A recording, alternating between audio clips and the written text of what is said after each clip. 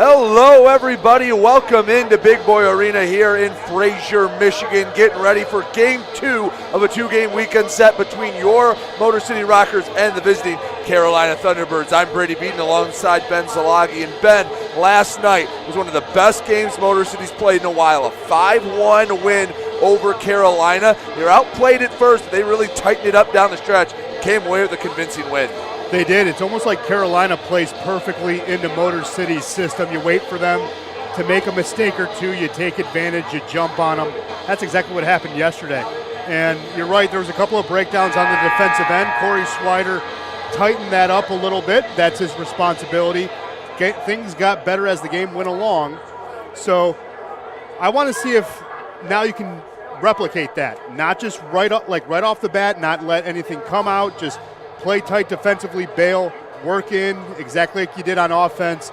I want to see an exact duplicate of basically the second and third period to start the game immediately. Start out hot, get on top of these guys, and it would be nice to see. Well, you mentioned the fact that in the first period, Motor City didn't play great. They weren't, especially defensively, it was too easy for Carolina to get in the zone, but it was Trevor Babin that kept them steady. He held down the fort until the defense could catch up.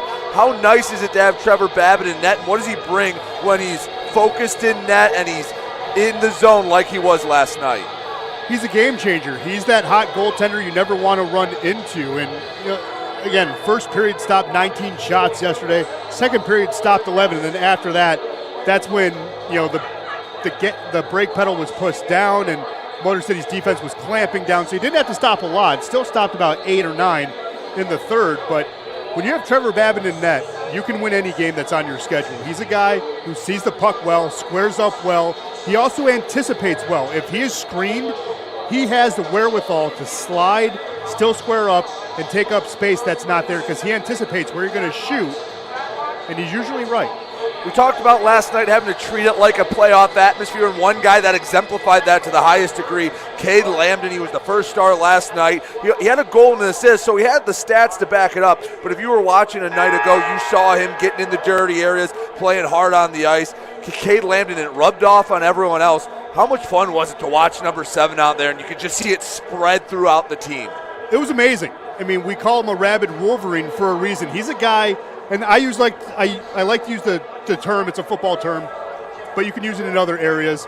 Plays with his hair on fire. He's a guy who's all over the place. He's effort 100% of the time. Last night on that shorthanded goal to Koash, it was a perfect example of just that.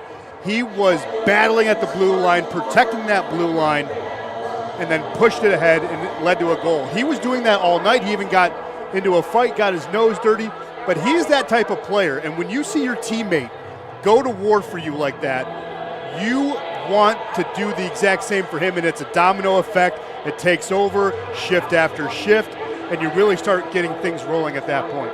Couple of lineup changes tonight, only one for the Rockers. Cody Oakes out, Devon Fields in for Carolina. The one change, Gus Ford was suspended for today's contest. So the leading scorer in the Fed, the reigning player of the month, will not be in action for Carolina. How much of a difference does it make when you take 80-some-odd points off the ice? Well, it's a lot, because the next leading goal scorer, Lucas Rowe, is only at about, and I say only, he's at 62 points. He's a goal getter as well, but when you lose half of that connection, that dynamite connection, it's definitely going to affect your offense. So you need other guys to step up. A guy I'm expecting a big game out of is number 25, Dawson Baker. He's been playing well for Carolina. He's a guy who can fill in those shoes. He's not Gus Ford, but then again, who is? But he's a guy who can step up, and you can anticipate scoring coming from him as well. He should have a nice night tonight.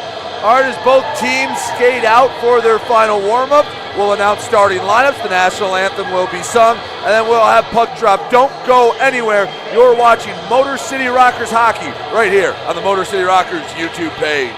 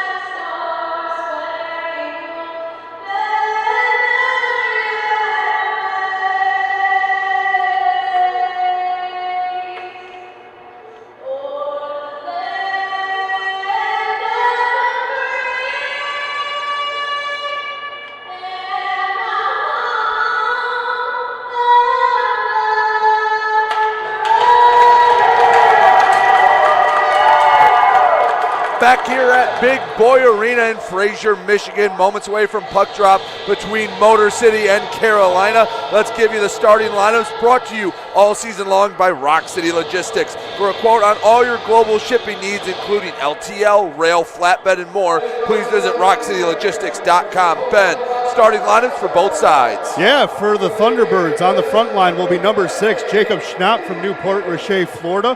Number 20, Matthew Berezin gets the start. He's from Roseneath, Ontario. He'll be paired with number 27, Blake Peavy out of St. Petersburg, Florida. On the back line, number 3, Bryce French from Fairbanks, Alaska. And number 4, Joe Kennedy from Seattle, Washington. And in net tonight, number 35, Boris Babkic from Donnelly, Cuban, Slovakia. The Rockers, you know these guys well. The front line needs no introduction. Wears number 17, Connor Inger from Macomb, Michigan. Paired with Declan Conway, wears number 44 from Painesville, Ohio, and number 88, Scott Koash from Plainfield, Illinois. The back line will be number 4, Josh Colton from Los Angeles, California. Paired with number 22, Dante Suffredini from Shelby Township, Michigan. And a man who needs no introduction, he wears number 72. He wears all black. His name is Trevor Babin from Philadelphia, Pennsylvania. National anthem was done by Brooke Prosey, and the Genesis kid of the game is Kinsley K. Bush. So here you Motor City in their home black uniforms. Carolina in their road alternate whites with a script. Carolina down the right side. Quick shot knocked away by Babic. Two teams jockeying for position in the Continental Division. Carolina sitting at second, trying to chase Columbus. Motor City in third place, trying to keep Port Huron at bay, maybe make a late surge for Carolina. And already few words being exchanged. Schnapp comes in to play peacemaker. Bazarin having a few words. And Ben, last night ended a little rocky. Wasted no time chirping at the beginning tonight. Yeah, when we saw Berezin starting, we thought maybe there would be a fight, but we haven't seen one yet. Don't know if we'll see a Donnybrook like we saw last night, but it's interesting. Second change. Motor City saw, and they're like, you know what? These guys are hot-tempered. I like this line change. They said, we're just going to change out the 5, get cooler heads prevail, and not let any of that talking affect the game. Love that decision by Coach Brown right there. Babin plays behind his own net to Miguel Diaz. Up the near side, rink-wide pass. Finds the stick of Cardinal. Ends up back on his stick, but an offside. Just a bit over the blue line. Vanderweel couldn't stretch out that skate. We'll have a neutral ice draw. Yeah, he was already well past the puck. He even got a little shoulder shiver from Matthew Berezin. Again, we've talked about Matthew Berezin. They list him at 6'5". I think he's 6'6". This guy's a giant. Berezin is a big dude. Reason why people in Carolina like him, uses his size to his advantage. Motor City off the draw, horseshoes it in deep first. The first to pick it up for Carolina, battling with Vanderweel in the near corner. Ryder comes in, waiting for the puck to squirt out along the near hash marks. Up top, Miguel Diaz throws on net. It's lifted off the high glass, still in play. Ryder working against Biani, far side. On the hash marks, looking for somewhere to send it. Miguel Diaz gets the clean pass. Left wing circle. Shot gets deflected in close, and it's right into Babic's glove. Motor City with an early flurry in the first minute 11 of the game. Man, you talk about puck luck and lucky bounces. Tommy Cardinal threw a penny in a fountain for that one. Got one right to his stick. Just couldn't bang it home. You know, Babkic was right there to make the save, but that is good puck luck. If that's going to keep happening, good things could happen tonight. Draw comes to the left of Babic. Clean win by Carolina. Off the glass, chip to the blue line, not out of the zone. One of our favorite players, Devin Fields, keeping that in nicely. Devon Fields in tonight, did not play a night ago. He replaces a slightly banged up Cody Oates. In the neutral ice, Perks pushes it in deep. He was 1-on-3. Baker sends it to the near boards. On the near side, scramble for the puck. Carolina trying to get out of the zone. Makema, right wing circle, throws a shot just wide left of the net. Motor City with the forechecking pressure early. Really like that decision. He had no idea Lambden was there down low.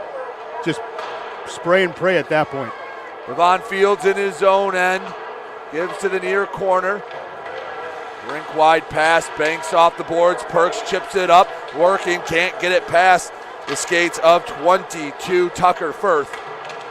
Puck bouncing on the Rockers blue line. Long pass, looked like it hit Pastuca.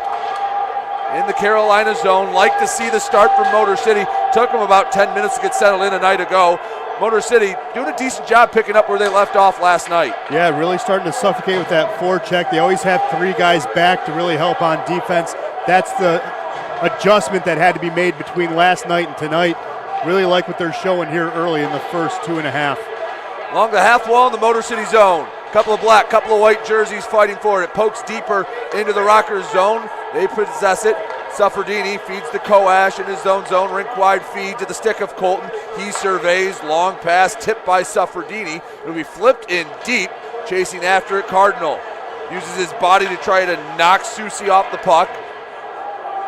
Working in the far corner, slips out to Salak. Inside the blue line. Vanderweel tries to throw it on net, gets lifted up and over. Suffredini inside the blue line. Short pass to Vanderweel, backhand feed, gets knocked off by Pringle. Rockers will have to reset. Yeah, I like the way Vanderweel has adjusted to his new role on this team. Was signed as a defenseman. I thought he had a goal there. But he's been playing well as a forward. He's adjusting to the adjustment well. He's not worried about the back line, getting forechecking pressure. The new assignment, he's been pretty good. In the Motor City zone, it's backhanded, knocked down by Pringle. Still not quite to neutral ice. Lambden picks it up, but Vanderweel was able to walk it in on that last possession. He's doing well at a position before he came to Motor City, played a little more of it, the forward spot. Puck deep in the Motor City zone. Perks chases in, working against Schnapp. Slides out in front of Babick. Pringle send it up, one-touch pass to Kennedy. One-on-one into the blue line, right wing circle. Miguel Diaz knocks him out the puck, backhand feed, never went on net, no shot recorded. Beautiful one-on-one gap responsibility there by Diaz. Kept Kennedy out to the outside, rode him the whole way. Beautiful defensive adjustment there. Babick touches it behind his own net, leaves for French. Long slap pass, doesn't get touched. We'll get an icing call on the draw. We'll come all the way down to the Carolina zone. 15:30 to go, opening period. Still looking for the Knights' first goal.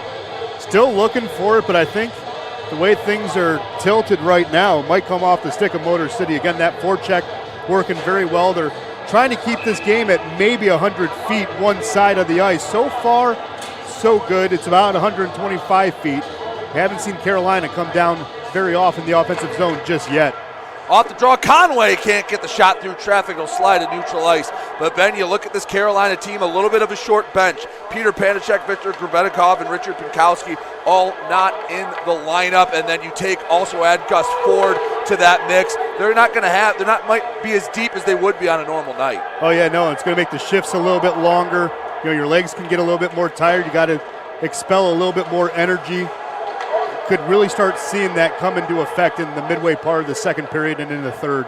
Conway flips in deep, hits off the mid-glass, picked up by Kennedy in his own zone, skates after it, over the blue, now red, now the Motor City blue. Just in the zone, Baker, right wing circle, centering feed, shot deflected, couldn't get past Josh Colton. Nope, but Batuta made a good play, keeping it at the blue paint. Just couldn't convert anything off PV stick. Cardinal to Ryder, to the point, Suffredini, slap shot, doesn't make it through. Hit the leg of Joe Kennedy, block shots on both ends. 14:28 to go, opening period. Again, a playoff-like atmosphere, Ben. These two teams could see each other in the first round in about a month or so. Two teams that, probably play pretty even. Yeah, I was going to say, it's something you and I haven't been shy talking about. I think these two teams match up very well. It's a team that Motor City kind of knows how to play against within their system. It'd be interesting to see them come playoff time in the middle of April. John Butita in his own end works around one rocker into the zone. Right half wall to the hash marks. Pass up front. Baker's shot deflected just wide to the left of Babin. Butita picks it up. Stick loose. No hand comes up. There's a Thunderbird down, and I don't believe we're going to get a penalty. Koplinger, I think, wanted a penalty, and we will get one, the official at center ice. So we'll take our media time out when we come back from this. Looks like Carolina going on the power play. But first, let's check in on the shots on goal. What's going on around the league, Ben?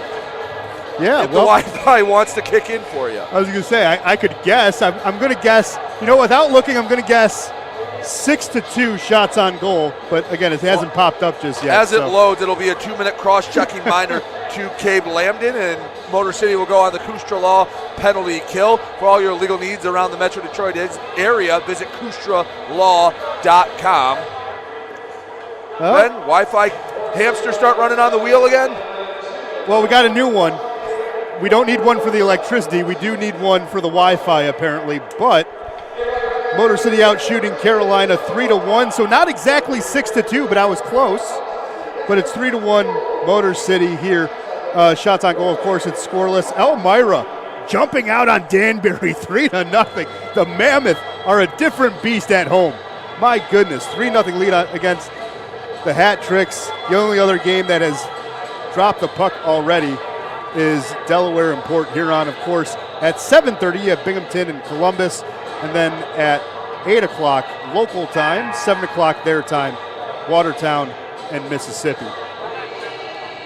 13:44 to go in the first period. Carolina going on the man advantage as Cade Lambden went to the box. 2 minutes for cross-checking. Kustra Law penalty kill starts now with a clean win off the draw for Coplinger and Carolina. Far boards, Pringle chips it in, but it's sent down, an early clear for Motor City. Just 15 seconds into the Kustra Law penalty kill. Carolina in their own zone. Coplinger to the right side, Pringle can't stick handle around the defense. Stolen away, Vanderweel. To the far side, Milam throws off the glass and another clear. 2 clears in the first 30 seconds of the penalty kill. Motor City will get a line change. Yeah, both teams going to change lines. Right now, Rowe still has it. Just trying to see who Carolina's rolling out here with the man advantage. Pairing Rowe and Pringle's not a bad idea. They are point getters. Of course, again, not a Gus Ford or anything like that, but just seeing who they're going to roll out and see if they can take advantage of it here. Pringle from the point, shot, patted away into the corner. 1:06 left to go into the power play for Carolina. Another clear for Motor City. They are doing well early on. 12:42 to go in the opening period. Carolina looking to get the Knights' first goal. Flip the script from a night ago.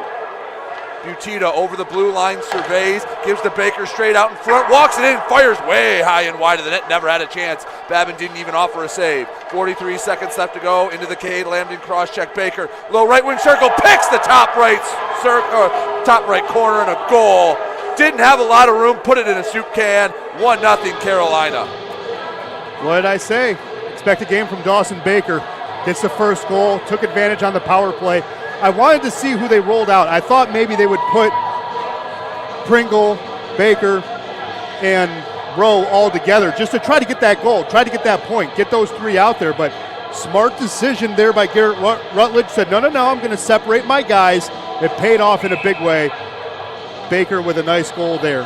So Schnapp was screening out in front, so there was not a lot of room at all to fit that puck in. Babin covered most of the short side, couldn't cover the top corner. And on the power play, Dawson Baker, his 15th of the year, makes it 1-0 Carolina.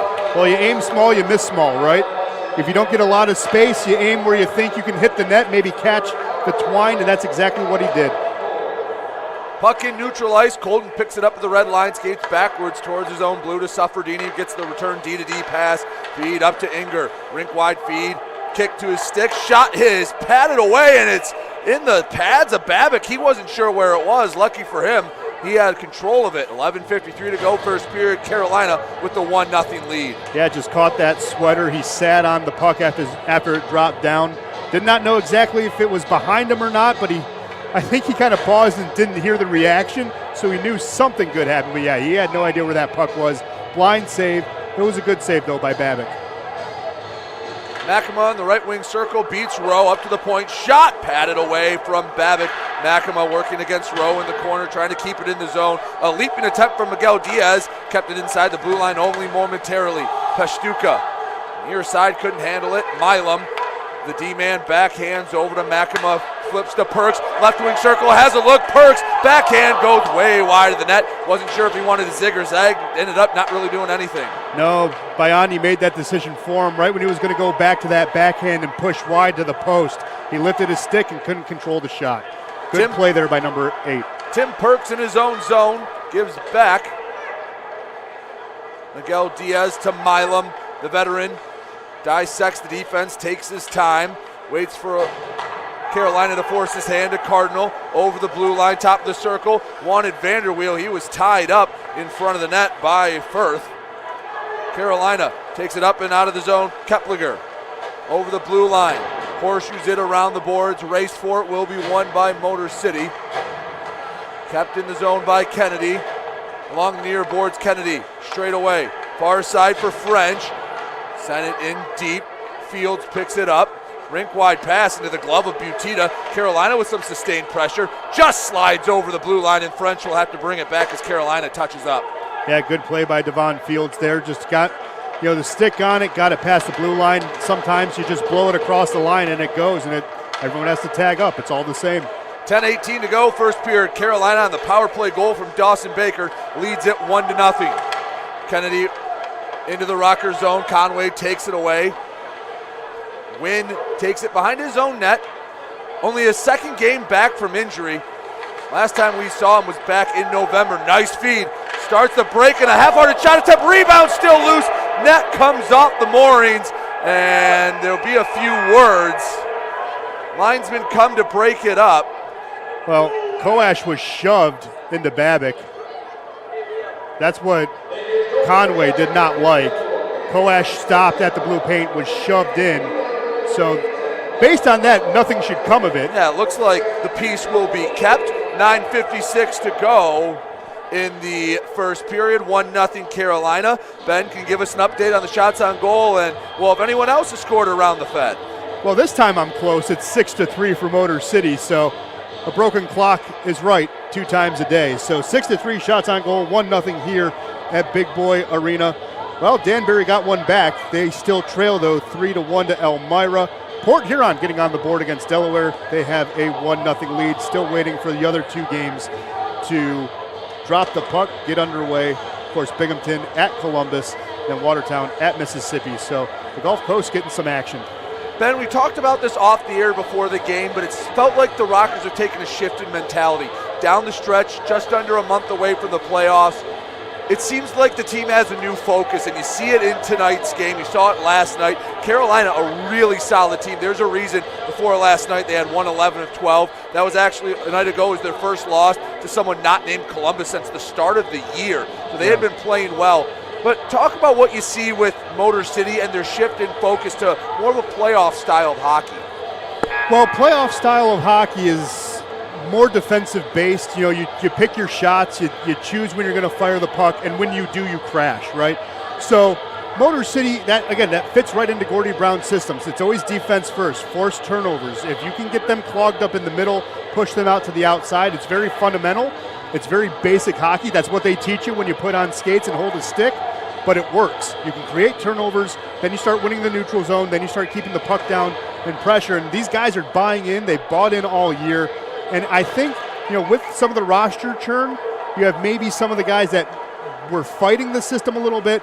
Everyone, though, is all in, pulling in the same direction. The locker room seems unified, and it shows on the ice. 9:43 and rolling in the opening stanza, 1-0 Carolina. Puck sliding in the neutral zone, controlled by Butita. On the backhand, sends across the ice to French. Return to sender to Butita. Surveys as Conway puts the pressure on, keeps it on the backhand, lost it. Inger chips it right side. Into the zone, Koash only for a moment. Keplinger sends to the near side for Joe Kennedy, the defenseman. Wanted a 2-line pass, instead gets a shot on net. Badman will play on the backhand as Carolina comes for a change. Long pass right side. Cardinal trying to ward off defenders, does bottom of the right wing circle. On the backhand, buries it! Tommy Cardinal with a beauty! 1-1, Rockers tie it up. Absolutely beautiful there. I want to double check before I say anything, only because I think Trevor Babin is going to get an assist on that one. Stop the puck that was dumped in, chipped it, stretch pass. But it's great. Hesitation, what do? You crash the net.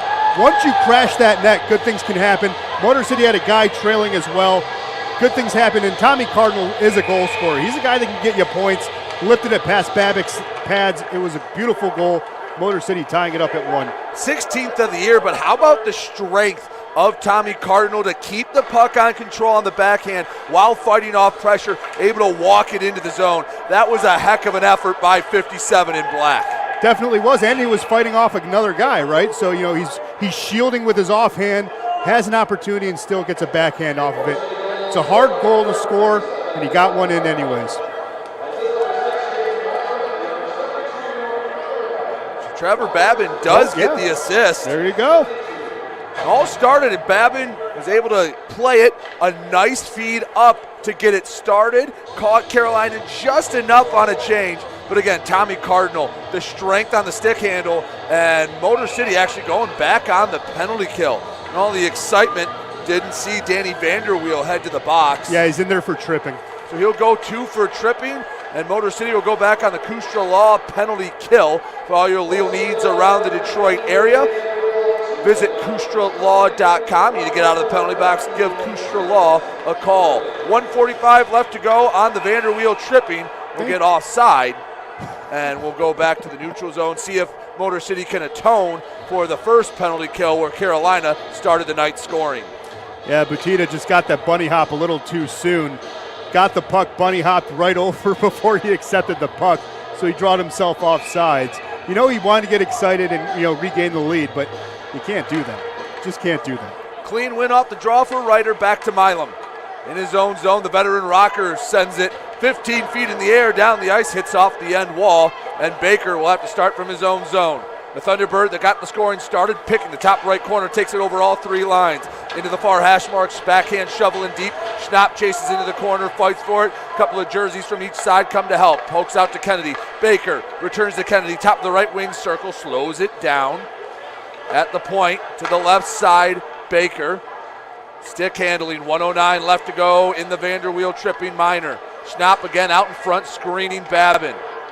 Kennedy on the left side, taking his time, a very patient power play from Carolina. Kennedy straight away, gives to Baker, returns to Kennedy. Long time without firing a shot, top of the left wing circle. Peavy back to Baker, shot misses wide left, didn't get all of it. 45 seconds left to go in the man advantage for Carolina. I was gonna say, if you're gonna kill 40 seconds, get a better look than that. Baker had it at the point, he had it a couple of times, but Babin wasn't screened on that shot.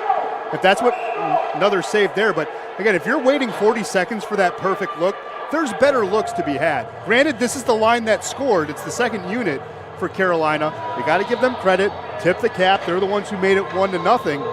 But again, if you're gonna kill 40 seconds, walk it in a little bit or wait until Babin is screened like it was in the first time you scored on the power play. That I think you were just a little too antsy and a little too eager to pop a shot off.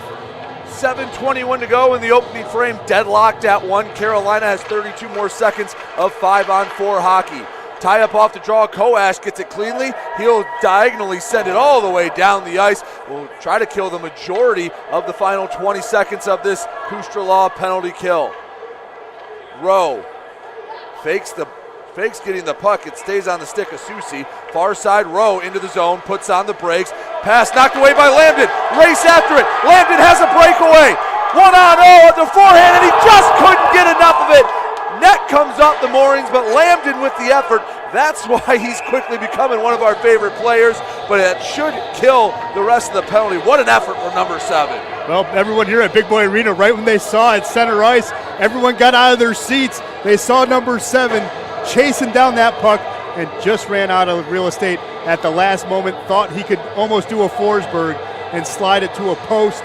Just ran out of real estate, couldn't do it. He got upset. You could even tell he slammed his stick along the glass, but hell of an effort there by Cade Lambden. Back to 5-on-5 hockey. Vanderweel climbs out of the sin bin. 6:44 to go, opening period, tied at 1. Carolina has it behind their own net to the near side. Susi, pass gets deflected in the air, slides to neutral ice, fighting for it. Vanderweel, Cardinal lost his stick. Ryder's trying to politic for a penalty, didn't get it. Well, that's the second time that's happened. Once for Motor City, once for Carolina. The refs have let it go. You can politic all you want, but if you let it go for both teams, there's no real argument. Conway gets the turnover, slap shot sticked away by Babic. Out of the zone, Rowe gets poke check from behind. Koash doing a nice job forcing the turnover. Inger into the offensive zone, doesn't have numbers, can't slide around the defense. Puck to the end wall, poke to the near corner. Conway now to win at the Rocker logo. Fields in his own zone. Trying to set up a little bit of the system. 5:42 to go left in the first period. Tied at 1. Both sides jockeying for position. Pringle picks it up, walking into the zone on the backhand. Didn't have a look, gives back Firth, and it's sticked away. Schnapp couldn't knock it out of midair. Motor City trying to work on the break. On the pass just a bit too strong for Inger. No icing. Babbitt comes out of the net to play it. Rings around the boards to the far side to Bazarin. Rink wide pass doesn't have a home, but it's picked up off the bounce. Backhand shouldered away by Babin. 5:07 to go, first period, deadlocked at 1. Both these teams settling in. Each side looking for that next mistake to be made to take advantage of. Yeah, Babin realized, I have elbows. I can stop pucks with those. Babin did a really nice job, took away the corner. They scored the first goal on. No icing called. Colton sends it to the far side. Firth chips it back in deep. Pringle behind the net. Slides along the boards near side. Fighting for it. Bioni keeps it in the zone. Slides wide left of the net. Firth keeps it in. Puck stays on the ice, and Babin scrambles to fall on top of it for the freeze. 4:32 to go, first period. Tied 1-1, Carolina and Motor City. That'll take us to another media timeout. Let's take a look at the shots on goal, see if anyone else has scored around the Fed. Ben, what's going on around the Fed, and what's the shot total? Well, the shot totals are starting to even up just a little bit. Motor City has a slight edge there, 9-6. Of course, it's 1-1 here at Big Boy Arena. Still 3-1, Elmira over Danbury. It is now 2-0. Port Huron taking revenge from last night in a rare off night by the Prowlers. They have a 2-0 lead over Delaware, and just a few moments away from getting a puck drop in Columbus between them and Binghamton.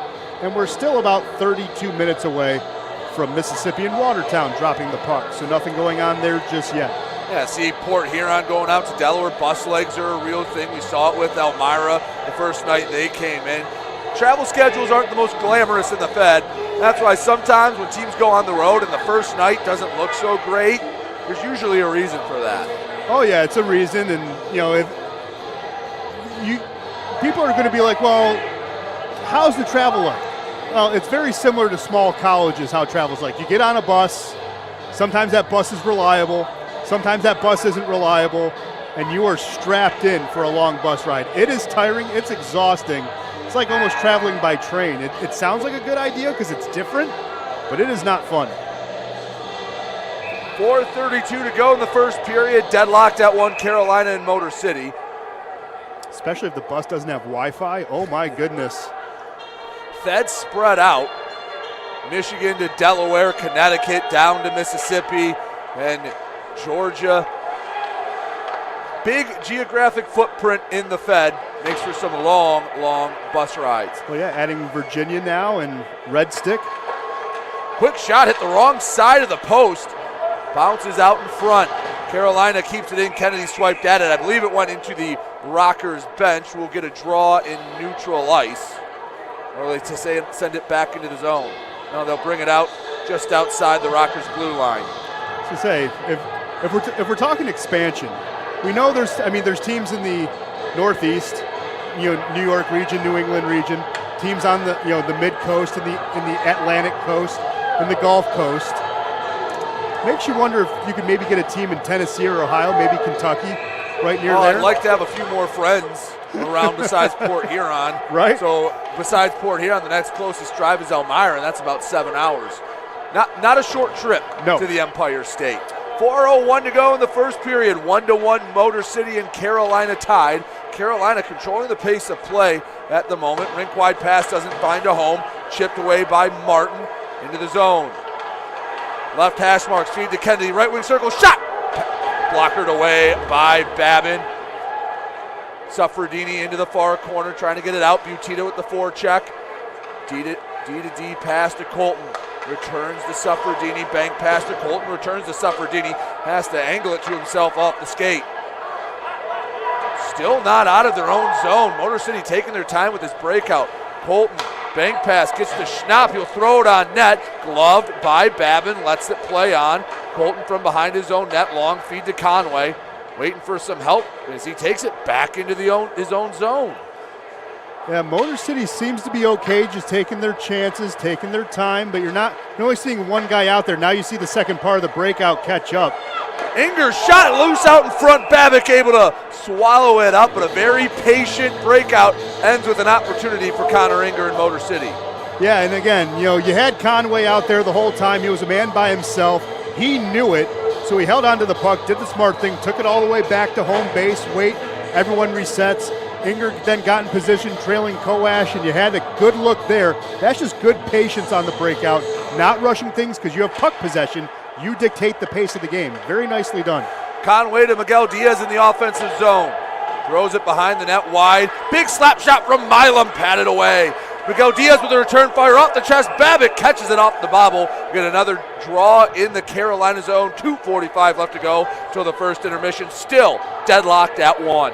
Yeah, Babic, the last time Carolina was here was December 16th. He got the start, led in 5 goals in that 6-3 win for Motor City. So he's a guy who doesn't fully absorb.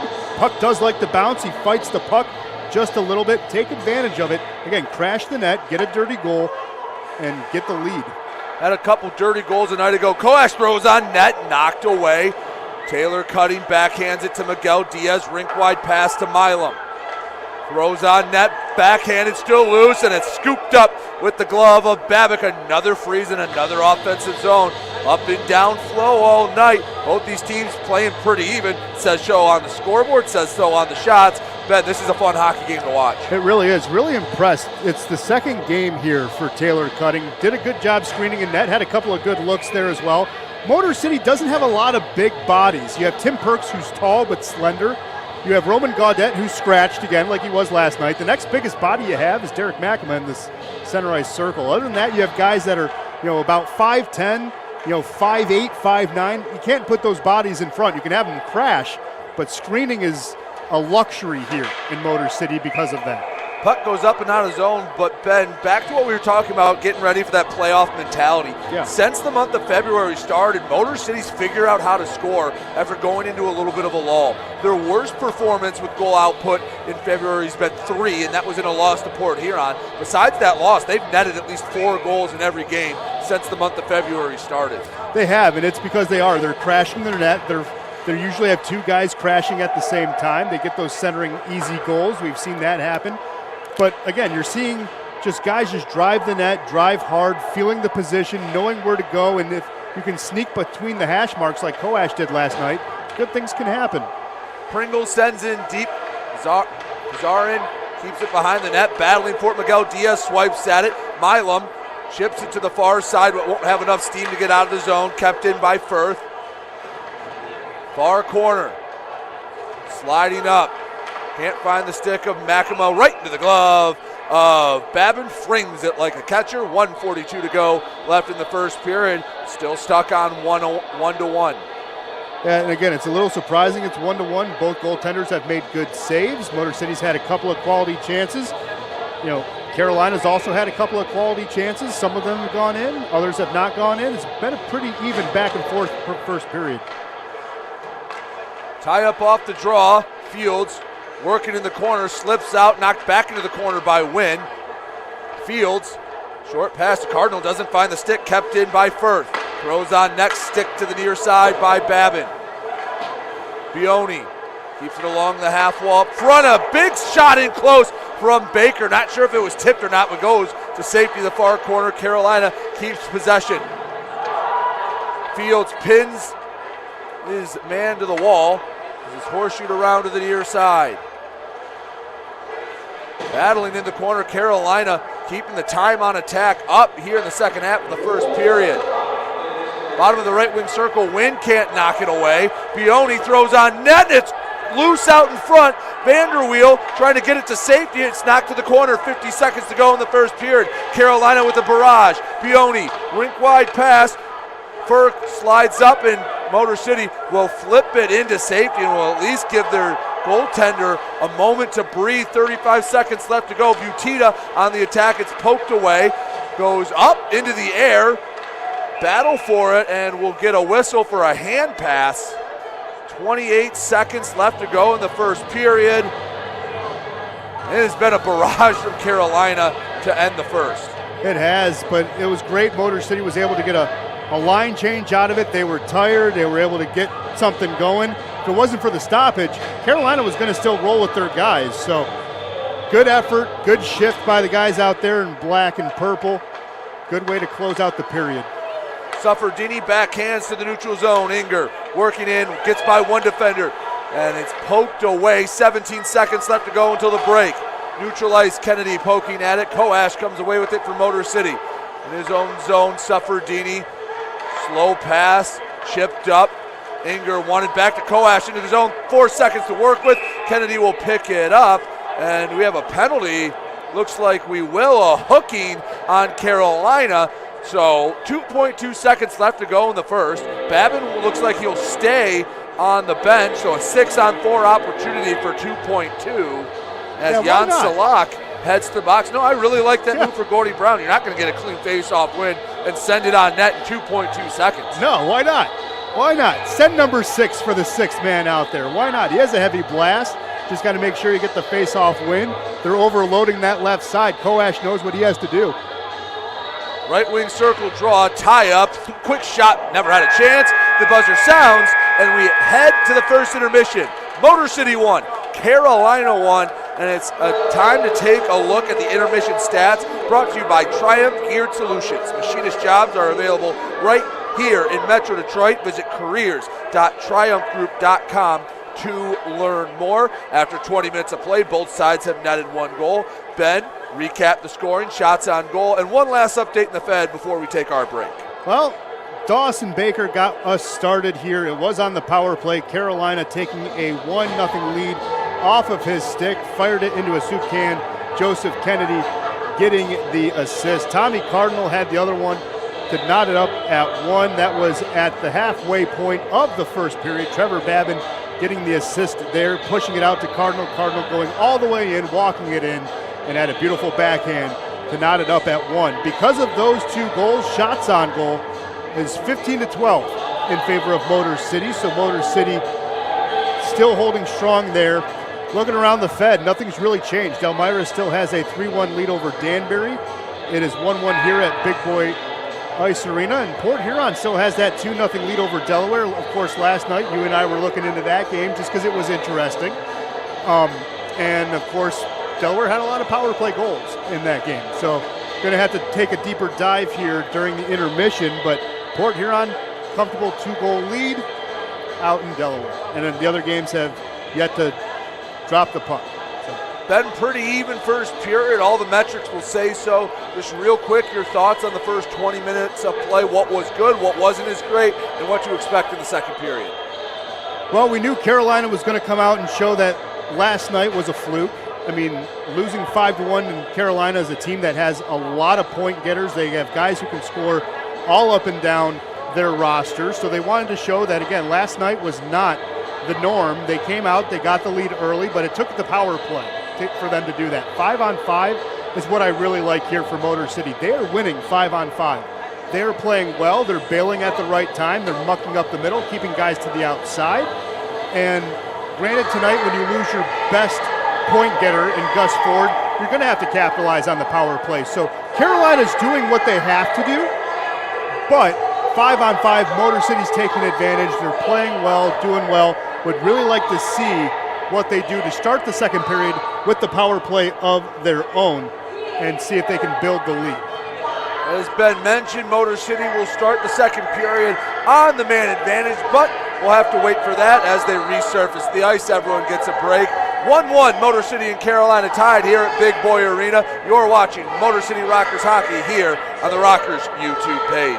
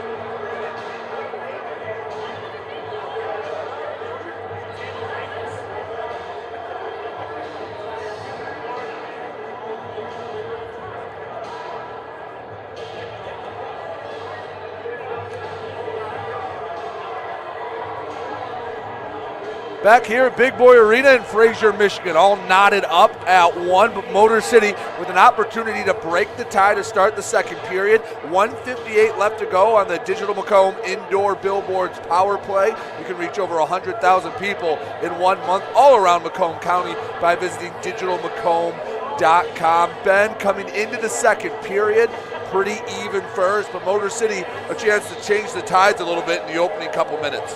Yeah, it's going to be really interesting to see what their power play formations are going to come out. You know, I assume it's going to be Conway, Koash, and Inger.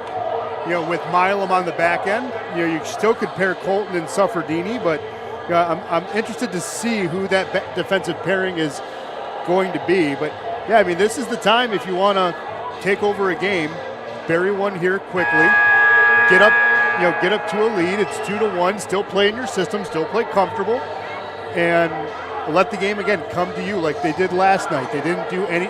Motor City limited their giveaways last night. They forced Carolina into giveaways last night. Took advantage of it. If you can take advantage of the power play, you can get back into that system.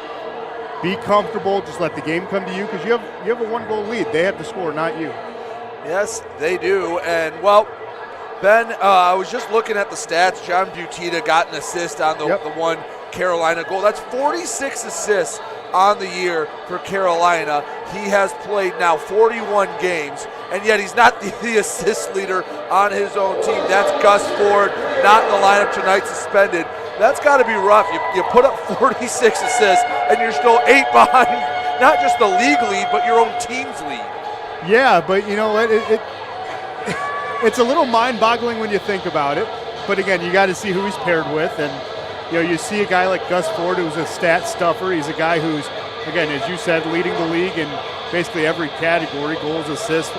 Almost, I think is he still trailing in points, or does he have points? I believe he's the points leader after his February. Okay, so either way, when you have a guy like that, you're going to want to feed him anyways. You don't want to upset a teammate, so you're going to be like, hey, I have the puck. I'm going to slide it to you and see if you can help me get this on the score sheet a little bit more.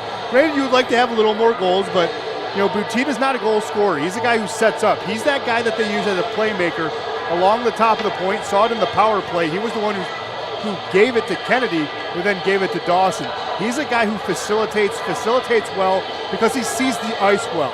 He's a veteran, knows what he's doing, and that's why he has so many assists. So it makes sense, but it's a little mind-boggling when you look at it and you have to think it through like a math problem.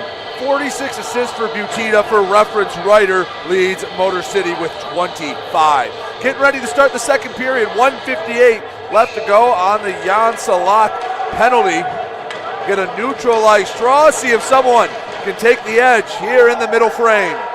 Clean win for Motor City. The veteran Milam takes it behind his netminder Babin, skates it up and out of the zone himself, takes it over 2 lines, will pass across the third, horseshoe around, Cardinal waits for the puck to come to him, near hash marks. Gets sent back out, Babin slides out of the crease, he will play it himself. Peavy offers a bit of pressure. Miguel Diaz leaves it back in his own zone, 90 seconds left to go on the Digital Macomb Indoor Billboards power play. Kind of interesting they started with their second unit. Ryder into the zone, top of the left wing circle, searches for someone to send to. Milam at the point, fakes the slap shot. Diaz settles it down with his right skate, returns to Milam. In close, Cardinal looking for number 2, sends across, back up to Miguel Diaz. Left side, Milam patient. Power play this time from Motor City. Ryder in deep to Vanderweel. Tries to bank it, and it's knocked away by Kennedy. 52 seconds left to go in the man advantage as the puck goes between the blue lines. Miguel Diaz has it. They'll have to reset. Ryder into the zone. Conway, right wing circle, throws on net, misses high and wide, hits off the glass. It'll careen all the way down into the Rockers zone. 35 seconds left to go in the Salak minor. 18:32 left to go in the second period. Motor City looking for one final rush. Dump and chase. Suffredini can't get to it in time. Koash picks it up along the far boards. Stick handling left wing circle. Knocked off the puck. Sent deep up the stick of Dawson Baker. 15 seconds left to go till Carolina returns to 5-on-5 hockey. Colton. Rink wide feed to Suffredini. Feeds up over the blue line, right side. Koash, you hear the stick of Trevor Babin ring out. Shot in close from Inger, misses wide left. We return to 5-on-5 hockey. Motor City can't convert on their first advantage of the game. Didn't even take a shot. Nothing got through. Carolina, a very disciplined team. You know it's going to be tough to get to the net, and sometimes you're down a man. You just get that little extra focus, knowing you have to be that much better. Yeah, I mean, I'm just a little surprised by it. I mean, Carolina, they were waiting for their perfect look as well, and especially with their second power play, it's just a little surprising. Motor City was a little gun shy there. But again, if you want to buoy yourself, Carolina did the right thing. They get a power play pelt, and still it's at ones. So not bad for Carolina to start this period. 17-17 and rolling here in period number 2. Motor City 1, Carolina 1. Deep in the Rocker zone, Butita fighting for it. Tried to chip it to Pastuka. Battling for it, far side, Butita behind the net. Handled by Baker. Feed him, shot, and a shot from Bioni wide left. Inger takes it up as he carries it out of the zone. Conway settles it down, out in front, throws it on net, and with the right arm goes up. Motor City going back on the man advantage. We will get a hold. And as soon as Carolina gets back to 5-on-5, they will have to go back down a man again. But Ben, that's kind of the right move, isn't it? Conway did a good job getting behind the defense, and Justin Bioni did what he needed to do to prevent a clean look from Conway. Yeah, I mean, he did. I thought maybe we'd see a penalty shot. Thought Conway had him fully beat by a step and a half. But again, it's one of those basketball fouls. It's something you take, and even Conway almost still got it. It was a baby toe saved by Babbitt, and instead we're going to get a power play here again. Back on the Digital Macomb Indoor Billboards power play. Reach over 100,000 people in a month. Find out how by visiting digitalmacomb.com. 1:45 to go in the man advantage for Motor City. Milam, rink-wide feed, dumped deep by Vanderweel. In the near corner, slashed at, can't get out of the zone, keeping it in. Miguel Diaz lost it. Schnapp banks it up the near boards, go down. Babin out of the net to play it. Schnapp not giving him any time to relax. Conway, left side. Give and go, shot, and it's shouldered away by Babbitt. 1:10 left to go in the man advantage for Motor City. Firth slides it to neutral ice only for a moment. Turnover. Kennedy into the zone, top of the right wing circle. Shorthand shot, misses high and wide to the left. Carolina doing a really nice job on the penalty kill. They've already gotten half of the Bioni penalty killed. Yeah, Kennedy's had a real 2 good power play shifts. He's being hard, giving guys trouble, doing well. Suffredini takes it in the zone himself, fakes the shot, tries it from a tough angle, won't get it on net. Puck slides out, Koash, shot right into the center of Babbitt. He came out of the net, cut down the angle. Koash had nowhere to shoot at. He just wanted to kind of pray that it would bounce off, because again, Babbitt likes to fight the puck a little bit. Thought if he can get a hard shot in there, puck would bounce around. Suffredini was there on the doorstep in case that puck came loose. You like that. I also like on the shift before, though, Miguel Diaz taking that shot when he got down low in the circle as he carried it in. Like to see that confidence. He's normally a little gun shy, but like to see him pull the trigger. Carolina gets the win in their own zone. They'll clear it down. Half a minute left to go on the Bioni holding a minor. 15-16 to go in the second period. Up to the near side, Cardinal between the blue lines. Feeds up to Ryder, uses his speed. Ryder in close, can't pick the corner. Babbitt got just enough of it. 16 seconds left to go in the man advantage. Milam tries the center, can't be settled down. Backhand from Miguel Diaz, far side to Ryder. To the point, Miguel Diaz, 7 seconds to work with. Shot misses high and wide, rings off the glass. 3 seconds left to go till we're back to 5-on-5 hockey. And Carolina, 2 for 2 on the penalty kill tonight. Bioni lets it go as it slides into the zone. Martin at the point, near side row. Shot won't get through Cardinal, battling for it, tied up. Rowe, Carolina shifting from defense to offense very quickly. Shot doesn't make it to Babin. Slides to the far corner. Salak working on the boards. Looks like that's Vanderweel with him. Ryder comes in to help try to joust it out. Ryder over his own blue lines trying to start the rush. Carries it over all 3. Keeps it in deep as Motor City will get a few fresh legs on the ice. 14:07 to go, second period, 1-1. Motor City and Carolina tied up. Fields misses wide right, banks off the end wall, kept in deep. Lambden in the far corner, he can't hold on to it. Carolina slides it up and out of the zone, and we'll have a delayed penalty call. And Motor City, going down a man, will get a kneeing penalty. Yeah, Mike Wynn, when he crashed into the boards, lifted his knee a little high. That's an easy call. He ended up breaking his stick because of it as well. 13:45 left to go in the second period, still tied at 1. Before Carolina goes on the power play, we will take a media timeout. Let's go over to Ben for shots on goal. And I'm sure something's had to happen around the Fed since we last spoke. Yeah, it's been a while, but here so far early in the second period, Motor City has 4 shots on goal thanks to 2 power plays, even though on one of them they didn't get a single shot off. But they lead in the game 19-12 in that category. Of course, we know it's 1-1 here at Big Boy Ice Arena. Still 1-3. Elmira over Danbury. That's still surprising. Delaware got one back. They now trail 2-1 over Port Huron. Binghamton getting a big goal against Columbus, so they lead 1-0. And Watertown in Mississippi just dropped the puck down in Biloxi. They just got underway, so there's no score there. 13:45 to go, middle frame between Motor City and Carolina, all knotted up for the third time tonight. Motor City will be going on the penalty kill, brought to you by Kushtra Law. For all your legal needs around the Metro Detroit area, including getting Mike Wynn out of the penalty box, visit KushtraLaw.com. Carolina scored on the first one, Motor City killed out the second one. What are you looking for here in the third penalty kill for the purple and black? Well, that's a good question. What I'm looking for with Motor City is not to overextend. You saw them on offense down there just a few moments ago. A lot of guys were cheating and trying to overload a side.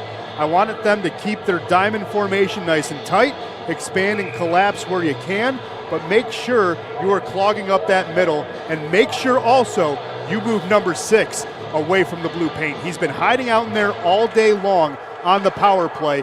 Get him out of Trevor Babin's way and let his job be a little bit easier down a man. Schnapp was in front of the net and screened Babin on the first one. Walking up, shot from Baker off the trapper of Babin into the netting. Just 12 seconds elapsed on the win penalty. In an offensive zone draw for Carolina, rather. And it's interesting, kind of like seeing who's going to come down on the bottom point of the diamond. It has to be Derek McAma. He's the biggest guy on the ice. Not a lot of big bodies down there right now. It's going to be an interesting net battle between him and Schnapp if he is that guy on the down part of the diamond. Right skate of Baker keeps it into Kennedy. Left wing circle knocked away, and it will be McAma that slides it into neutral ice. Kill just a little more of that kneeing penalty to win. 30 seconds elapsed in the win penalty. Schnapp, right hash marks, leaves it back. Kennedy walks it in, same hash marks, returns behind the net. Off the near boards, Butita sends up to Baker, right side, gets the return feed to Baker. Walks it in, Peavy shot, and it's deflected up into the netting. Babin had no clue where it was, played the percentages, hit the blocker. We'll get a whistle. 1:09 left to go in the man advantage for Carolina. 12:54 left to go in the second period, still tied at 1. Really liked what I saw from Josh Colton and Dante Suffredini. They're going to get a well-deserved break. They manned their spots on the blue line very well, allowed a puck carry in, and just did a beautiful job switching positions, allowed the forwards to switch as well. It was just beautiful execution. Got to respect what those two guys did on D. Keplinger's shot went wide. 3 Thunderbirds trying to get it out. Ryder knocks it down, chips it. He'll chase after it. Firth races, but it will be Babick that comes out of his own net to play it. 49 seconds left to go in the man advantage for Carolina.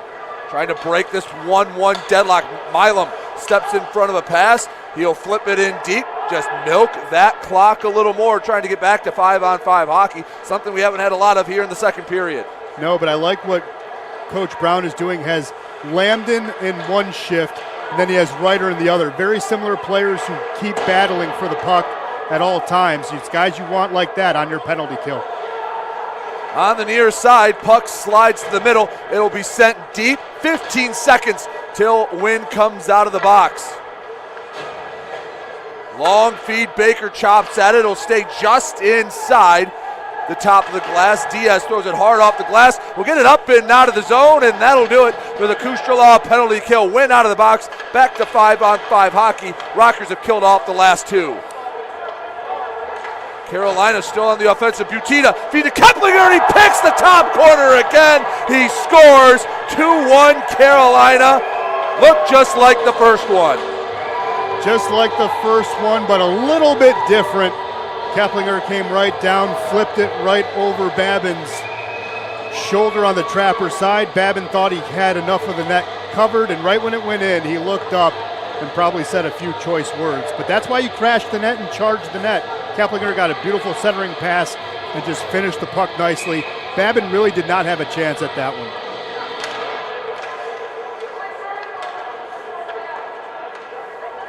Butita set up that goal, and Carolina retakes the lead 2-1 midway through. Koash to the left side, Conway trying to answer quickly, can't get it cleanly into the zone. Carolina controls it. Martin on the near side, leaves back for Kennedy. Sliding near side, Martin pass chipped up, and an offside call. 11:06 left to go, second period. 2-1 Carolina.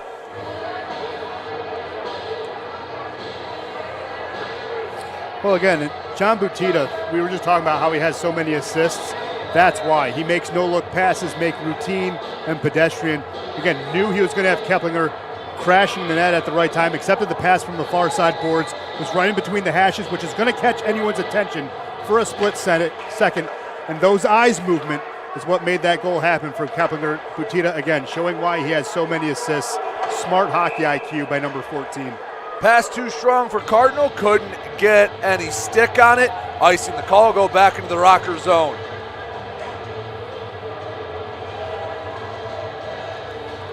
Draw will come to the left of Trevor Babin.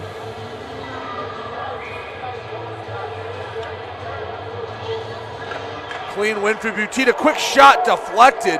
Hit off of Suffredini, he wasn't expecting that puck to come by him. And he's a guy who's wearing that visor a little bit high, doesn't truly cover the eyes. Dangerous. Flubbed a pass, picked up along the near side, Vanderweel. He dumps in, and we'll get a whistle. 10:37 to go in the second period, 2-1 Carolina. Puck went out of play, so we'll get, looks like a neutral zone draw, center ice draw.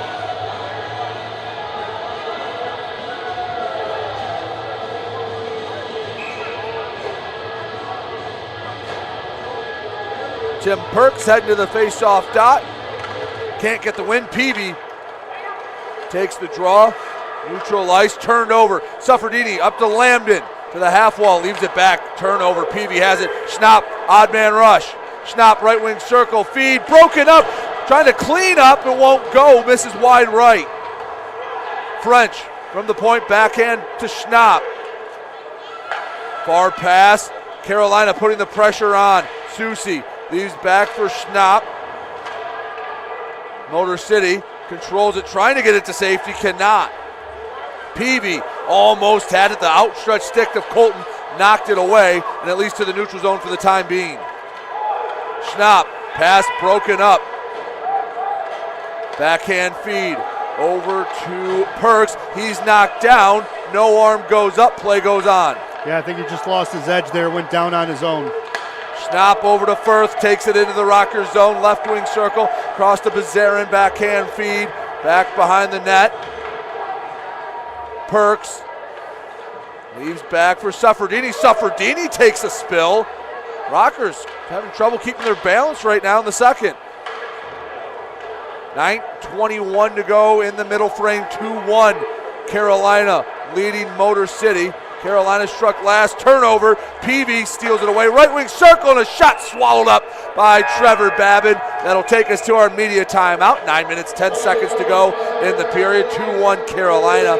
Ben, let's take a break as we check the shots on goal and we check the scores from around the league in our second media timeout.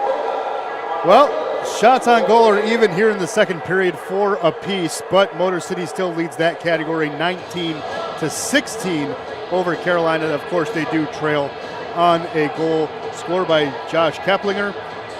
So that is the results here, and then it's still pretty much the same along the board, at least at the beginning of it. Elmira still has that 3-1 lead over Danbury. Port Huron has added 2 goals. They now lead 4-1 over Delaware, getting some revenge from last night. Binghamton still has their 1-0 lead over Columbus, and Mississippi is on the board with a 1-0 lead against Watertown. Columbus last night played another overtime game, Ben. I've never seen a team, especially at the top of their division, go to the extra frame so often. Twice with Delaware, last night with Binghamton. They had a shootout at least once against Mississippi. It feels like 5 of their last 7 or 8 games have gone into overtime. Yeah, and that's why it's going to make next weekend interesting. All 3 games here at Big Boy Arena. Last time we were down in Columbus, it seemed like, Motor City just forgot how to play hockey. Columbus did a great job taking away all the top point getters. Trevor Babin was peppered a lot. He had to fight the puck. Colgan played exceptionally well. It's going to be interesting to see what happens in those 3 games next weekend, because you're right. They've been playing a lot of close games lately, and if Motor City can steal 1 or 2, even all 3, that'd be major. Close game here in Fraser, Michigan at Big Boy Arena. 8:58 to go in the second period. 2-1 Carolina after the Keplinger power play goal. Offensive zone draw for Motor City. Coash doing battle against Rowe. Carolina getting their ducks in a row. Off the draw, Cutting goes down. Fields throws on net. Cutting having a few words, his helmet came off. He has to go straight to the bench. Vanderweel will come on. In neutral ice, on the red line. Conway sends it to the left corner, banks in. Babic plays it to the near side. Peshtuka tries to backhand it out of the zone. Conway keeps it in to the bottom of the right wing circle. Shot from a bad angle. Never really had a chance from Coash. Vanderweel on the right side, working against a couple different Thunderbirds. Coming out of it, but Bioni throws it in deep. Babin decides to play it, touches it real quick.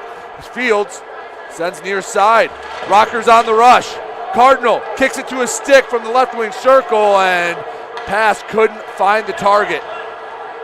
Motor City trying to get that second goal back, trailing 2-1. Turnover. Ryder stick handling, throws on net, loose out in front. Lambden couldn't get through the traffic to try to get another attempt. Stays out, and it's sent all the way into the Rockers' end. Yeah, Lambden was at the right place at the right time, just couldn't fight through a body. He can't teleport, he can do everything else.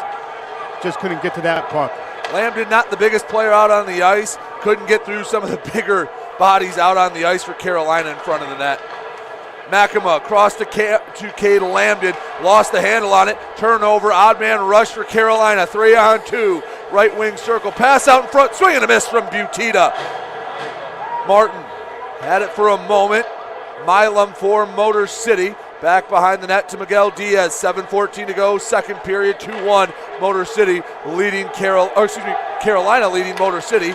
Makema can't get a handle on it. Martin with the steal. Send up near side. Baker leaves back for Butita. Left wing circle. Pass across. Shot, and it's snagged by Babin. How about the leather of Trevor Babin? Saw it a few times last night. Showing us again. Keeps it 2-1. Oh, you gotta love the nifty spin move after. He knew he had that one dead to rights. Saw it all the way off the stick of Baker. Knew he had him. Even flashed the glove and then gave a little spinner-rooney in celebration. Trevor Babin knew that one. Where it was going the whole time. Squared up. Made a great save. Keeps it at 2-1. Gotta love it. One thing I don't love, though, is the 2 giveaways Cade Lambden has had the past couple of shifts. Put Motor City in a very bad position, because now we're seeing Carolina forecheck with all 3 forwards. Motor City needs to take advantage of that. Find a way to slip behind, use your speed, create a 2-on-1 rush, and bury a goal to get back into this one. Game has opened up a little up and down action. Clean win off the draw. Martin throws on net, tipped around, still loose right side. Carolina controls it. near the crease, and we'll get a whistle. It's going to be a high stick. I think we will get a high stick. Yep, we will. Wasn't sure if the net came off the moorings, but that's a pretty easy high stick call. It was about 6.5, 7 feet in the air when they knocked it down. Oh, yeah, one of our officials back here at the end line, Cody Lang, he's called a lot of our games before, normally Chris Hoy as well. Also Chris Rowe right there, who was just talking with Dawson Baker. Chris Rowe is one of the best officials that we have. He is a guy who is a no-nonsense guy. He says, no, this is the call. I will listen to you complain, but this is the call. Be quiet. What I say goes. And he's usually right about 90% of the time, which is what you want your official to be, very consistent. He does a great job. 6.5 minutes to go, period number 2. Rockers trailing by 1, Cutting couldn't handle it. Turnover in the offensive zone. Butita keeps it on the forehand, slides right side. Kennedy with a big clapper is knocked away by Babin. Conway slow to get up at his own blue line. He'll stay on, but he's moving to the bench, moving very slowly. Butita paws it to himself. Stick handling goes to the backhand, in deep for Baker. Baker got the scoring started for Carolina all the way back in the first. Kopliger misses wide and can't get through the traffic. Butita slides near hash marks to Baker. Turnover, Cardinal for Motor City. Over center ice, feed up to Cutting. Backhanded, couldn't find Cardinal using the right spot. Seferdini throws on net, still loose. Koash sends it wide, and an outstretched Babbitt can't cover it up. Battle for the puck, Babbitt gets back between the pipes. 5:30 to go, second period, and this game has really opened up, action on both ends. Well, really quickly, as action is heating up, I did see what happened. Daniel Martin hit in a cheap shot. Behind the play, the camera just caught it, but Conway went down on a cheap shot. It was a slash to the back of his legs, and nothing happened because, of course, all the action was in front. Perks couldn't get the pass. He ends up with it in the corner. Centering feed, no one home to receive it.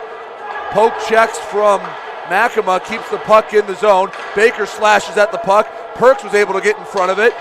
Near corner, slides back. Butita picks it up behind his own net for Carolina. Butita, feed to center ice. Fields throwing the body around. Baker, backhand pass. Kennedy chases it down for Carolina. He'll shovel it in deep as he goes off for a change. Would really like to see Conway get even with a goal here. Would be very, very nice. Conway, pass into neutral ice to Lambden. Takes a minute to settle it down. Lambden dumps in, chases after it. Right arm going up, and Motor City going on the man advantage. Yeah, that's pretty blatant. It's going to be interference. Motor City, though, needs to cash one of these in. Interference call on Carolina. Justin Bioni will head back to the box, and for the third time, we will go on the Digital Macomb Indoor Billboards Power Play. You can reach over 100,000 people in 1 month all around Macomb County by visiting digitalmacomb.com. Before we go to the man advantage, Ben, shots on goal and what's going on around the league. Well, shots on goal are even at 7 apiece here in the second period. Motor City leads in that category, 22-19. Of course, they trail 2-1 here at Big Boy Arena. Well, still 3-1, Elmira over Danbury. Delaware getting one back, it's 4-2. Port Huron still leads there. Binghamton still has their 1-0 lead over Columbus. And Watertown got one back. It's now knotted up at 1 between them and Mississippi. Motor City going back on the power play, 0 for 2 this period. Ben, what do you want to see from Motor City? How can they even this game up in the second period at 2? Well, again, when they started the power play, they were apprehensive. I would like to see them not just wait for the perfect shot. It is something that we saw. I blasted Carolina for it when they had their power play. I'm going to blast Motor City the same way. You have to, when you have the power play, especially when you have an opportunity to either take the lead or you're down, you have to have a sense of urgency and convert. You have guys that can bomb it from the outside. You have Milam, who has a good wrist shot, a very heavy slap shot. Have those guys ready and have a guy in front ready for a rebound. Yes, you can move the puck around, wait for a perfect shot, walk it in to the circles and get a blast, but I want to see some peppering from the outside for a rebound goal because Babbitt has been fighting the puck all night long. Win off the draw for Carolina goes right there to the net. Babick will cover it up. On the second attempt, he covered it up. Carolina, you have to give them a little credit. They make it hard on the power play. They're looking for the perfect shot, but it never came from Motor City because Carolina's pretty stout in their own end. Yeah, Carolina's very good. They are second in the league on the PK, entering this weekend series at 86.3%. So it is tough to get a goal against Carolina with a man advantage. Puck sliding down to the Motor City end. 20 seconds into the power play. Schnapp having words behind with Conway. No whistle either way.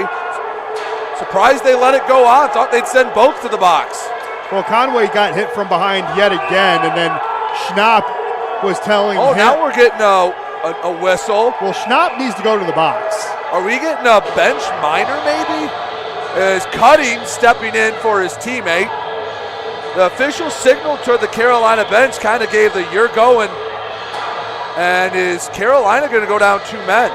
Well, Carolina did not like the fact that there wasn't a call when Conway retaliated. He went down again, and then he retaliated. That's what Carolina's chirping about. And so Taylor Cutting's going to the box. Don't know why. Schnapp needs to be in the box too. He was the one that was badgering Conway the entire way. Conway's even walking off to the ice, and he still pestered him. I'm surprised we're not seeing offsettings here, in all honesty. Well, let's wait to see this figured out. The two officials talking about it right in front of the timekeeper's area. If it stands as it is right now, the Cutting penalty would negate it, but now the Carolina box opens. It would appear that they're sending someone in. That someone has to wear number 6. So let's see how this all unfolds. I'm going to assume there's multiple penalties. Again, last night started to get chippy. It's kind of that playoff atmosphere. You're playing a little tighter. Every possession, every rush just means a little more right now, knowing that these two teams are trying to fight what could be potentially a playoff series. We talked about it last night, how this stretch of 8 games for Motor City is make it or break it time. Last night they had a good win. Game 2 of the 8-game stretch, and it's been a battle so far. They trail 2-1, but you get that playoff mentality. Sometimes it just, the emotions run high. You play tighter and trying to get those big points. Especially after last night when you lose a game 5-1 in the fashion that you did, right? Carolina was going to come back. See, there you go. Take number 6 into the box. Go ahead. Just go ahead. He needs to go to the box. Go ahead. Thank you. So, I digress. But, Carolina was going to want revenge. Of course, Gus Ford was getting frustrated last night. He obviously is not here tonight, so you want to step up for your teammate. You want to rebound after that. Conway, too. Well, I don't agree with that. I mean, yes, Conway retaliated, but he also walked away from a fight. So we'll see what all the penalties will be. Schnapp's still barking in the box. Well, yeah, because he wants to punch Conway in the face. He wants to finish off what he did to Declan Conway. Of course he does. He's going to be chirping all night. Nothing's gone up on the board yet. The official's still talking. Butita trying to plead his case. Milan pleading his.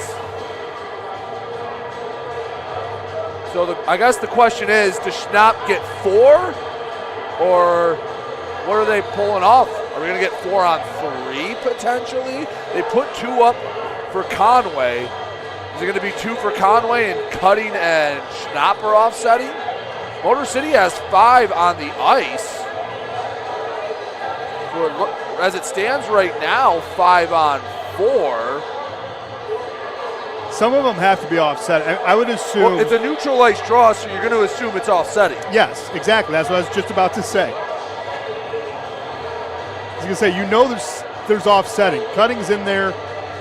Schnapp's in there. They're the ones who should maybe offset.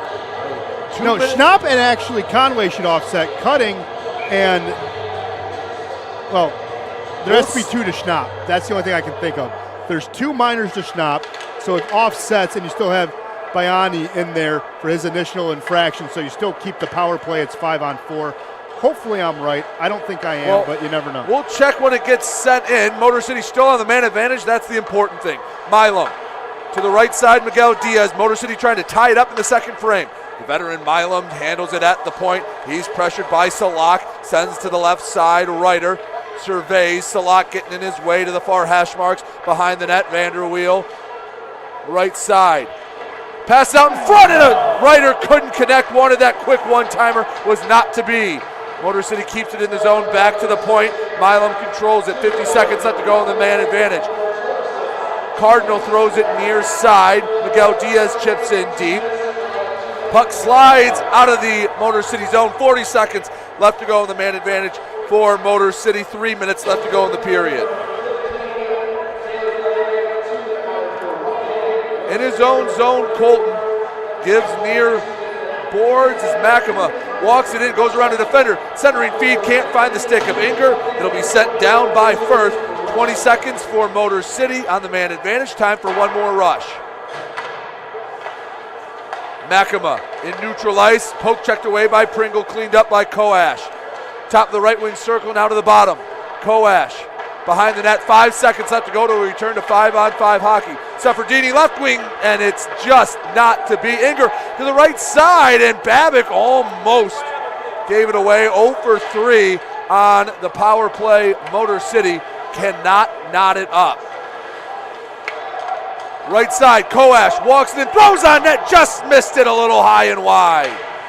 Pringle trying to work out of the zone. Inger will chip it in deep, and another penalty coming up to Carolina. Out front, Cardinal get a little 6-on-5 hockey. Big slap shot from Colton. Rebound, Vanderweel still loose. Cardinal again. Oh, that went in! Top corner. He scores. Tommy Cardinal, second of the night.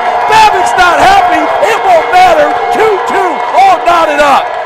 I don't care what Boris Babic has to say. He was on his seat. He still had an opportunity to fire the puck. Tommy Cardinal took that. Net off the moorings. You think Carolina would learn from last night? Babic had an opportunity to regain his feet. He decided to sit down. Cardinal saw it and banged it underneath the crossbar. That is all on Boris Babic and no one else. No one else. Last weekend, Trevor Babin got a penalty for the same thing Boris Babic's pulling right now. Babic should be getting 2. You would think. And again, learn from your mistakes, Ben. Last night, threw a temper tantrum. Cost you the league's leading scorer. Tonight, Babic not happy. The officials are going to be very forgiving, knocking the net off the moorings. The officials have been a little laissez-faire, letting the emotions play. But I don't agree with that. There needs to be. Well, now the official's going to talk. Yeah. Now they'll send him off. The linesman you saying have to. Babic. Now Babic's more upset. Go ahead. Complain. This is abuse of officials. Learn from your mistakes, Boris. If you don't want to take another penalty, stay in the crease. So who will serve it is the only question. It looks like they're yep. Zarin goes to the box, but history repeats itself. Ben, I thought, again, in real time it's hard to tell, but it never looked like Carolina had control of the puck. The play was still going on. I really don't see what Babic was upset about. Now, we could go back in the replay and check, but I really don't get what Babic was upset about. I think maybe what he's arguing is goaltender interference as well, but he had an opportunity to get to his feet. He refused to take the opportunity. I didn't think there was any bad contact. Again, we have to go back. But as it stands, Motor City with a chance to take the lead in the final 2 minutes of the second period. 2-2, Motor City, Carolina tied as we go back on the Digital Macomb Indoor Power Play. You know the drill. 100,000 people in a month, digitalmacomb.com. Vanderweel to the far side, Ryder. Milam keeps it in the blue line. Half a minute into the man advantage. Cardinal, far half wall. So it's an abusive official. That's going to be the call. Ryder, bottom of the left wing circle, taking his time. Back up top, Milam. Big slap shot, knocked away by the chest of Babic. Vanderweel keeps control, fighting in the dirty areas to keep the offensive rush. Milam fakes the slap shot, gives to Miguel Diaz. Back to Milam, soccers it to himself, throws on net, tip, still loose out in front, poked back to Keplinger, and he'll send it in deep halfway through the man advantage for Motor City. There's a 6-second difference between the penalty and the period. Without a goal, Motor City would start the third up a man only for about 6 seconds. Behind the net, Babbitt couldn't get it with the outstretched stick. Colton trying to keep it in the zone. Diagonal dump will kill a few more seconds. Down to 25 seconds in the period. Motor City trying to steal one final goal, take the lead going into the third. Koash, the Rockers' leading scorer, can't work around Susi. Down to 14 seconds, pinned on the boards, it'll be sent down. Babin drops to a knee to play it. 10 seconds for a final rush. Babin very passive. Suffredini picks it up 5 seconds, and they won't get one more rush. And we will head into the third period. All knotted up at 2. 2 periods down, 2 goals aside, and Bennett's getting a little feisty here at Big Boy Arena. But before we talk about all that, let's go to our intermission stats, brought to you by Triumph Geared Solutions. Machinist jobs are available right here in Metro Detroit. Visit careers.triumphgroup.com to learn more. Ben, let's just recap the scoring in the second, shots, and then take a look around the Fed, and then we'll discuss what just happened at the end of the period. Yeah, there's a lot to talk about. Let's give you shots on goals here in the second period. Motor City leading that category 11-7. They lead the category altogether 26-19. It is a 2-2 game. How did we get there? Dawson Baker in the slot, well, down low, had a beautiful power play goal, and then you had Dawson Baker giving it to John Butita, centering it to Koplinger. He was the one who got it to be 2-1. How did it get to 1-1 though? Tommy Cardinal got an even strength goal, and then he got that beautiful even strength goal. He has 2 on the night. He has now 16 and 17 on the year. Cade Lambden assisting that one. Danny Vanderweel assisting that one as well. So Lambden has 17 assists on the year. Danny Vanderweel has 6 assists on the year. Around the Fed, it's still 3-1. Elmira over Danbury. It's 2-2 here at Big Boy Arena. Delaware clawing back against Port Huron. It is 4-3. Port Huron still holding on to that lead, but Delaware not going away. Still 1-0 Binghamton over Columbus, and Mississippi regains the lead. It is 2-1 over Watertown. Again, playoff-like atmosphere here at Big Boy Arena, deadlocked at 2 going into the final period. Ben, it's been a lot of fun. Tit for tat, everything Carolina does. Motor City hasn't answered. Carolina has taken the lead twice. It's been a fun 2 periods of hockey. What are the keys in the third for Motor City to get another 3 points? I'm sorry, I just saw the replay. Again. Oh yeah, I'm not sure what Babbitt was upset about, but I guess we can figure that out later. Hey, as it stands, it worked out in Motor City's favor. But going into the third period, what are you looking for? Well, looking for Motor City to take a lead. They've been playing from behind all game long, and you only have 20 minutes to take a lead. And Motor City needs to do it. They have not done it yet. They've been chasing the puck, chasing goals all night as well. So that's what I'm looking for. We know Carolina's now on edge, like they were kind of last night. They were starting to get on edge into the third period. You have them on edge again. This time, stomp on their throat. Don't get into any bad penalties. Schnapp's looking for a fight, so you don't want any of those. But just make sure you come out prepared to get a goal, take a lead, and just not get into a shell, but make sure you get a lead because you haven't had one all night. It's the biggest thing in the locker room. You're happy you're tied because it wasn't going to look like you were going to be tied, but you're happy with where it's at.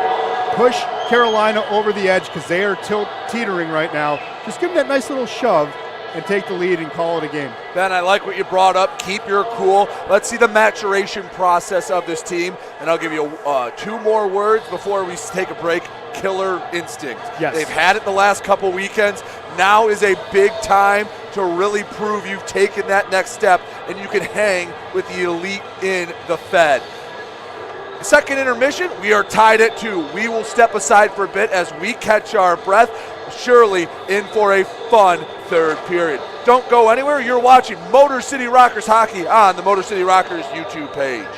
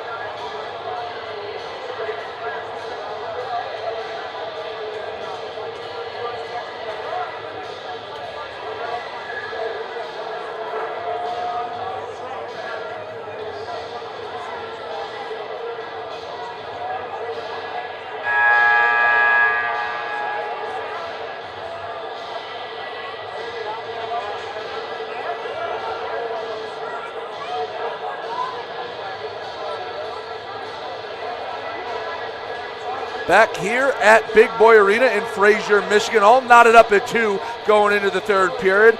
Want to let you know that Iconic Goaltending has clinics here in Metro Detroit for young goaltenders looking to improve their game. Information on private lessons, team skates, and performance analysis can be found at iconicgoaltending.com. HealthQuest Physical Therapy is Southeast Michigan's premier provider of physical therapy. Get back to living life to the fullest and visit one of HealthQuest's more than 35 convenient locations. See how HealthQuest can help at hqpt.com.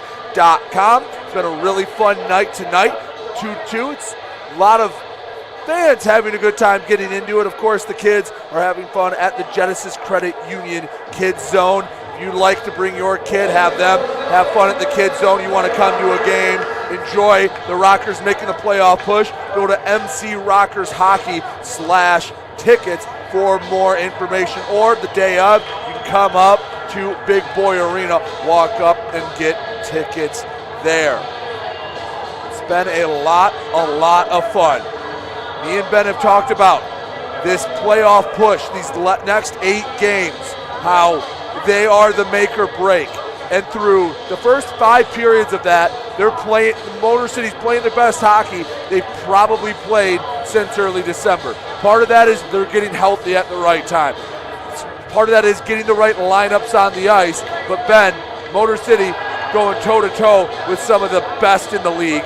There wasn't a hotter team in the Fed coming into this weekend than Carolina. Yeah, no, Carolina's been absolutely incredible. And like I said last night, it's why Garrett Rutledge got my nod for Coach of the Year. You can't nominate your own person for that, but Garrett Rutledge has had his team playing exceptionally well.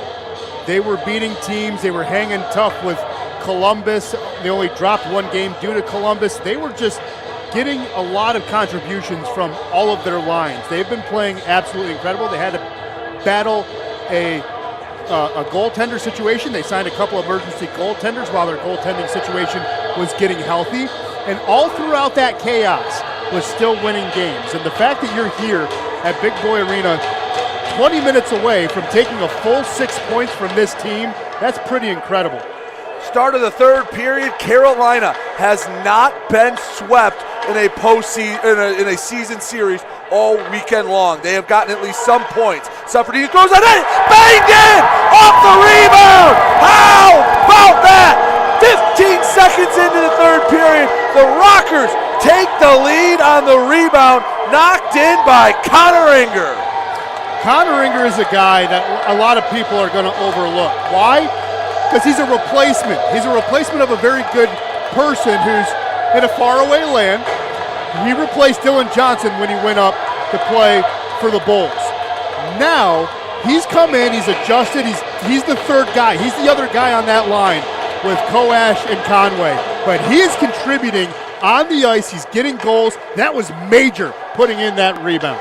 Inger with goal number 7, and Motor City has their first lead of the night. What a time to have it, starting the third period. A little extra pep in the step with everyone in a black sweater right now. Babick will leave it to the near side, picked up by Bioni. Feeding to the center, Hacky sacking it to himself, Koplinger to the left side, Butita out in front, shot, knocked away by Trevor Babin. Motor City, hey, we wanted to see him come out with a killer instinct. How about that in the first 15 seconds? You and I need to buy a lottery ticket. You want to go in? Hey, we can retire. I will take 3 points tonight because Motor City, they're answering the bell as the icing is called a minute into the third period. Well, I mean, I said Dawson Baker had to have a good game. He gets the first goal of the game. We talk about Motor City having to hang tough, get a killer instinct. What do? 14 seconds in, Inger gives the Rockers the lead, and again, because they can sink back into their system, play confident, play tough. What do you think the winning numbers are tonight? I couldn't tell you, but what I'll tell you, you called. Hey, Babick wasn't controlling rebounds great. That's the first time it came back to bite him tonight. And now Carolina, for the first time in this game, are chasing goal. That's the second straight icing from Carolina. Maybe just a little out of sorts, maybe a bit frustrated. Again, they haven't been in this situation, Ben. They have not been swept. They have not gone into a weekend and come away empty-handed. Motor City trying to be the first team to shut out Carolina for a weekend. That's pretty impressive considering how much they play Columbus. They've gone up to Danbury. They managed to get at least a win in one of those weekends. Yeah, and again, very good competition. It's why Coach Rutledge has gotten my respect. And, of course, you know. Go ahead. In close, it looked like Cardinal was looking for the hat trick. Yeah, Cardinal's also playing well. He's the guy that says, hey, don't forget about me. I can score. But, yeah, Coach Rutledge is a good coach, coached in the OHL. He's a guy who knows what it takes to win tough games when you're playing at the very top junior league in the nation, basically. So, yeah, you know, not surprising at all what Carolina's doing. I'm going to be honest, a little bit surprising what Motor City's doing, but we know that they had the capability of doing this, but the fact that they are doing this and just living up to expectations again after the dismal start in January, it's a beautiful thing. It really is. Playing well at the right time, 18-17 to go until the end of regulation. Motor City up a goal off the Connor Inger rebound, and he knocked in. Up the right side, Makema trying to sell a penalty. Officials aren't buying what he's selling. Milam, far side, banks up the boards. Pestuka picks it up into the corner. Milam up the far boards, banks up top, throws on net, tipped above the crossbar. Near side, Kennedy pitchforks in deep. Behind the net, Devon Fields. Skating in his own zone, short pass finds Lambden, diagonal feed, tipped by Perks, and Motor City will go off for a line change. In their own zone, Joe Kennedy, the near side pass doesn't find the mark. Conway chases back, battling with Salak in the corner. Fields comes away with it for Motor City, short pass to Win. Ends up Koash, he'll flip it into the zone. Kennedy chases after it. Inger cut off by French. Diagonal pass not touched by Conway, and we'll get another icing. 17-12 left to go in the third period. Motor City up 3-2. Just easing into it. Just ease into it. You're starting to see Carolina struggle, but you know they're starting to press. That's the word I'm looking for. They're pressing. They want to get those stretch passes. Just ease it in. Do what you did yesterday. Force those turnovers and make them pay a second time. Get it to 4-2 and just boa constrict, squeeze the life out of them in the last 17-12. Off the draw, Carolina banks it behind the end wall. On the near side, cutting as it flips up and out of the zone. Win backhands over to his defenseman Fields. Return to sender to Win. Back to Fields. Back to Win.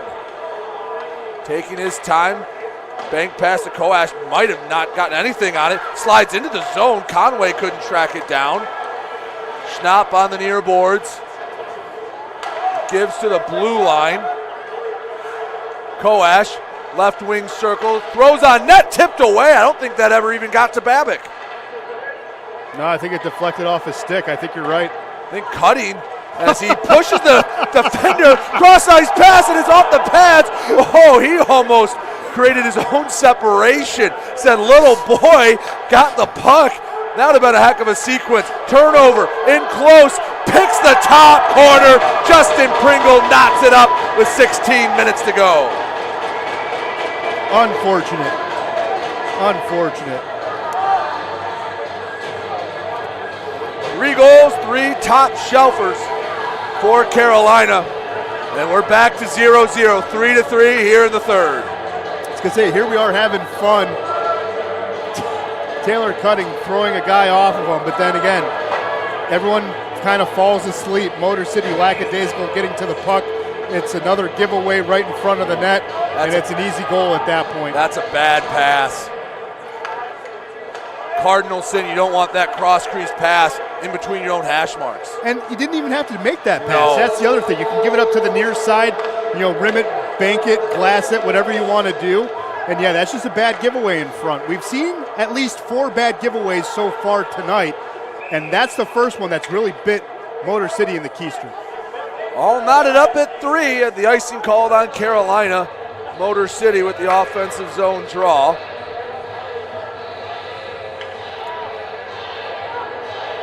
Take it on the left dot. Ryder duels Butita. Ryder with the clean win, back to Suffredini. In close, tipped by Vanderweel, just wide left of the net. In the crease, covered up by Babic. Another offensive zone draw, just moved from the left dot to the right. Vanderweel thought he could go right between his wickets and Babic's wickets, but just pushed it a little too wide. Still like that surprise attack, though. Babic was not ready for it, was just pushed a little wide, could have been a goal. Butita wins round 2 of the duel. In their own zone, Baker centers. Butita skates in, poked away from Vanderweel. Ryder in his own zone, facing pressure, sends near side. Suffredini touch pass. Vanderweel poked away. Vanderweel tries to corral it on the logo, cannot. Carolina will take it in their own zone. Dawson Baker leaves back for Bioni. Banks off the near boards. Fighting for it. Suffredini comes away with it. Sends between the blue lines. Firth. The middle, tipped by Butita, no icing. Just 5 minutes into what has been a very fun third period. Got a lot more to go. We're just waiting for the next domino to fall. Turnover. Ryder, right wing circle. Mazarin was able to neutralize the threat. Kennedy working into the zone. Picked up by Salak and gets sent into the corner. Salak puts the brakes on, left hash marks, keeps a man on his back, walks in close, pass doesn't get through the crease. Babin will cover it up. 14:38 to go to the third period. 3 goals Motor City, 3 goals Carolina. That'll take us to our media timeout. And Ben, let's take a look at the shots on goal and what else is going on in the Fed. Well, shots on goal still favor Motor City, 5-3 here early in the third, 32-22 overall. And across the Fed, Danbury got back into it. They got 2 goals. They now tie Elmira at 3 in New York. Of course, now Port Huron regaining the lead. It is 5-4. It is still a very close game between Delaware. Of course, it's 3-3 here. It's 2-2 in Columbus. Binghamton and the River Dragons tied up at 2, and also Watertown and Mississippi tied at 2 apiece as well. So a lot of close games all throughout the Fed. Doesn't matter what the score is, everyone is within a goal of one another. Been a very high-flying action night of hockey. Motor City and Carolina deadlocked at 3. Neither side can pull away. 2 very evenly matched teams. Motor City looking for the weekend sweep. Would be the first time Carolina comes away from a weekend empty-handed. Make it 4 straight wins for Motor City. Offensive zone draw for Carolina. Throw against Makema. And we are good to go. Milam controls it off the draw, backhands it to the near boards. Battle forward in the corner.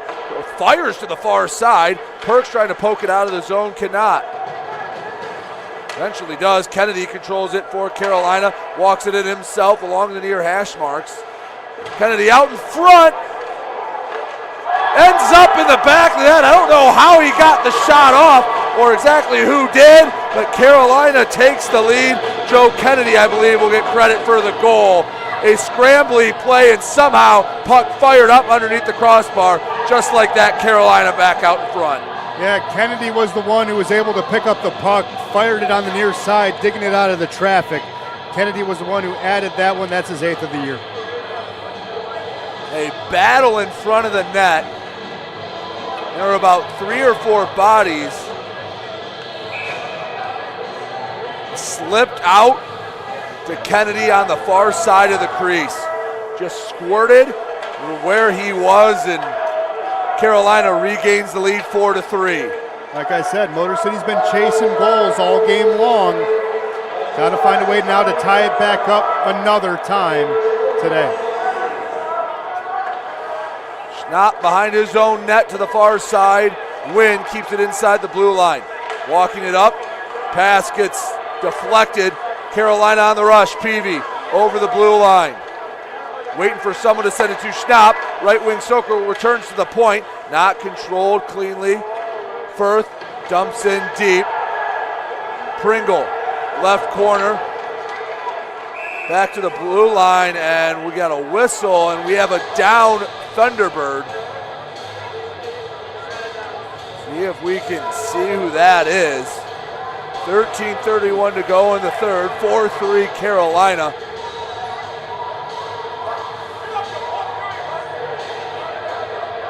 Firth having words with Koash. Don't believe there was a penalty called. No, it was just a clean hit. It's not going to look clean because you're up against the boards, and that's dangerous at all, but now Carolina wants to fight. Firth is saying, hey, come on out, come over the box, I'll tussle with you. But the hurt player, I think, is Biani. Yeah, got hit from behind. Bioni making his way to the bench.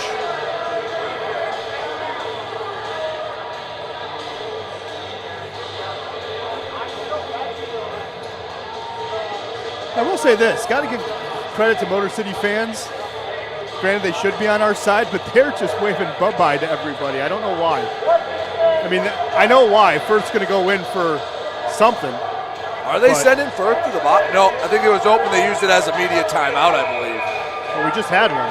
Yeah, I think they might have burned the under 10 with the injured player.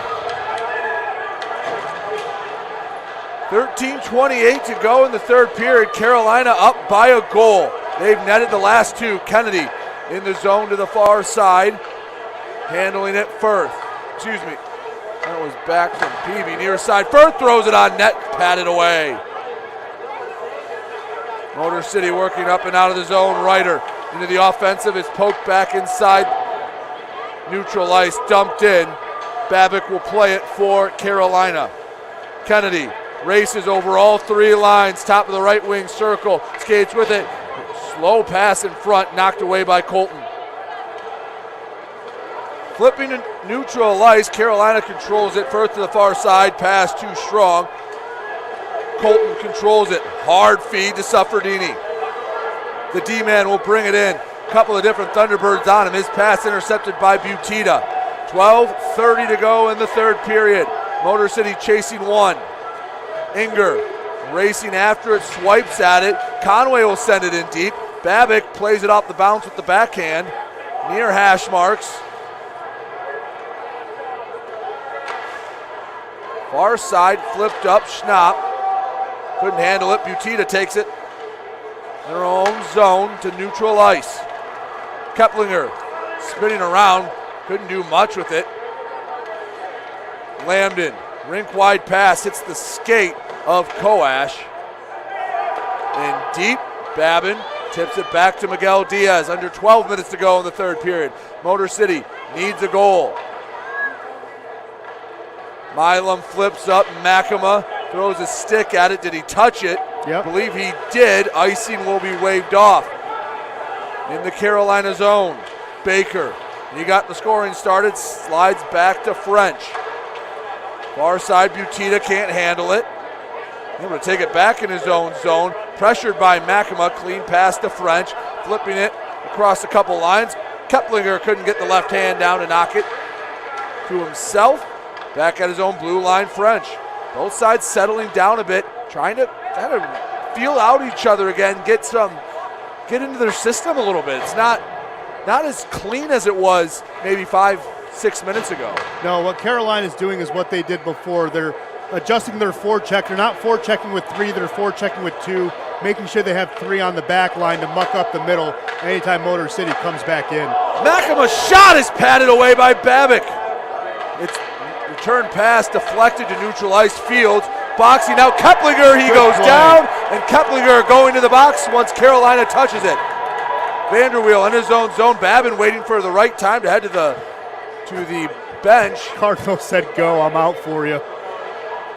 6 on 5. Motor City scored on this last time they had the opportunity. Perks in deep. Cardinal picks it up near side. Vanderweel, and it's touched by Carolina. But Motor City, 10:20 to go in the third, has a chance to tie this game up as they go back on the man advantage. Yeah, it was a beautiful play by Devon Fields. He was the one backing up, bailing at the right time, cut in front of Keplinger. Keplinger then, of course, made the play when he did with his stick. Anytime a stick is near the knee area and you fall down, it is going to be tripping 9 times out of 10. Actually, you know what? 10 times out of 10 if we're being honest.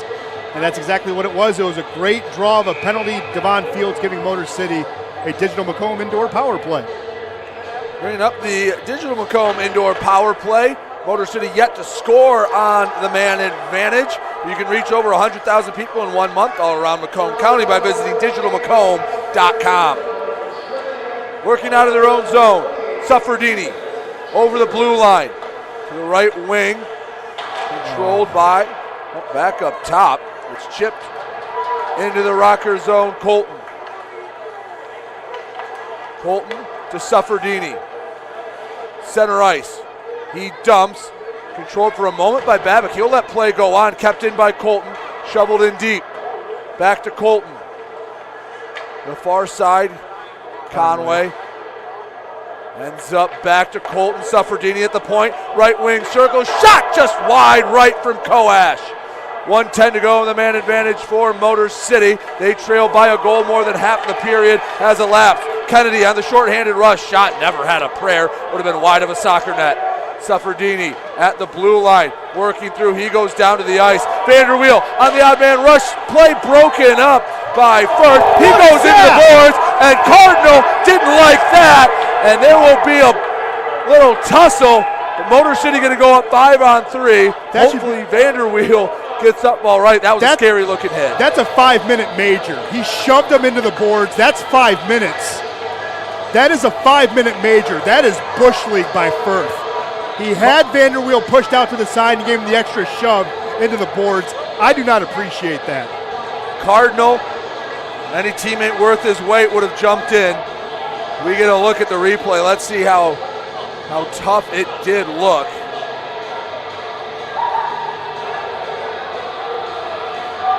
They're getting everyone sorted. Oh, no.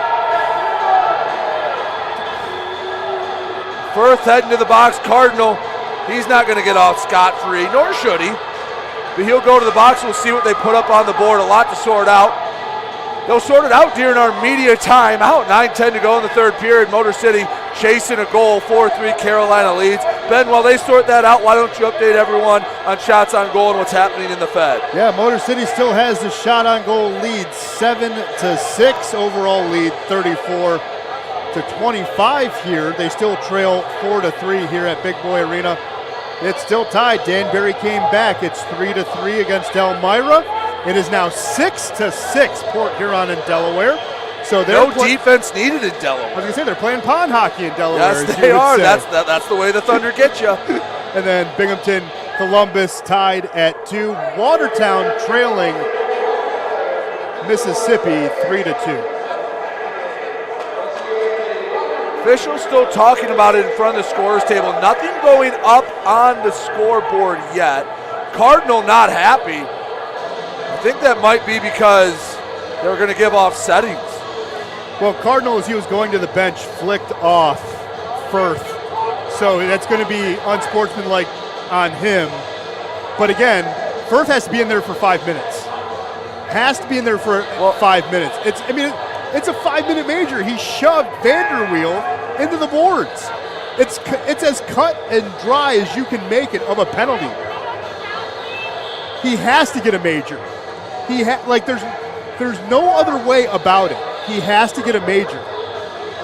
Well, the officials are giving the laundry list of infractions to our off-ice officials.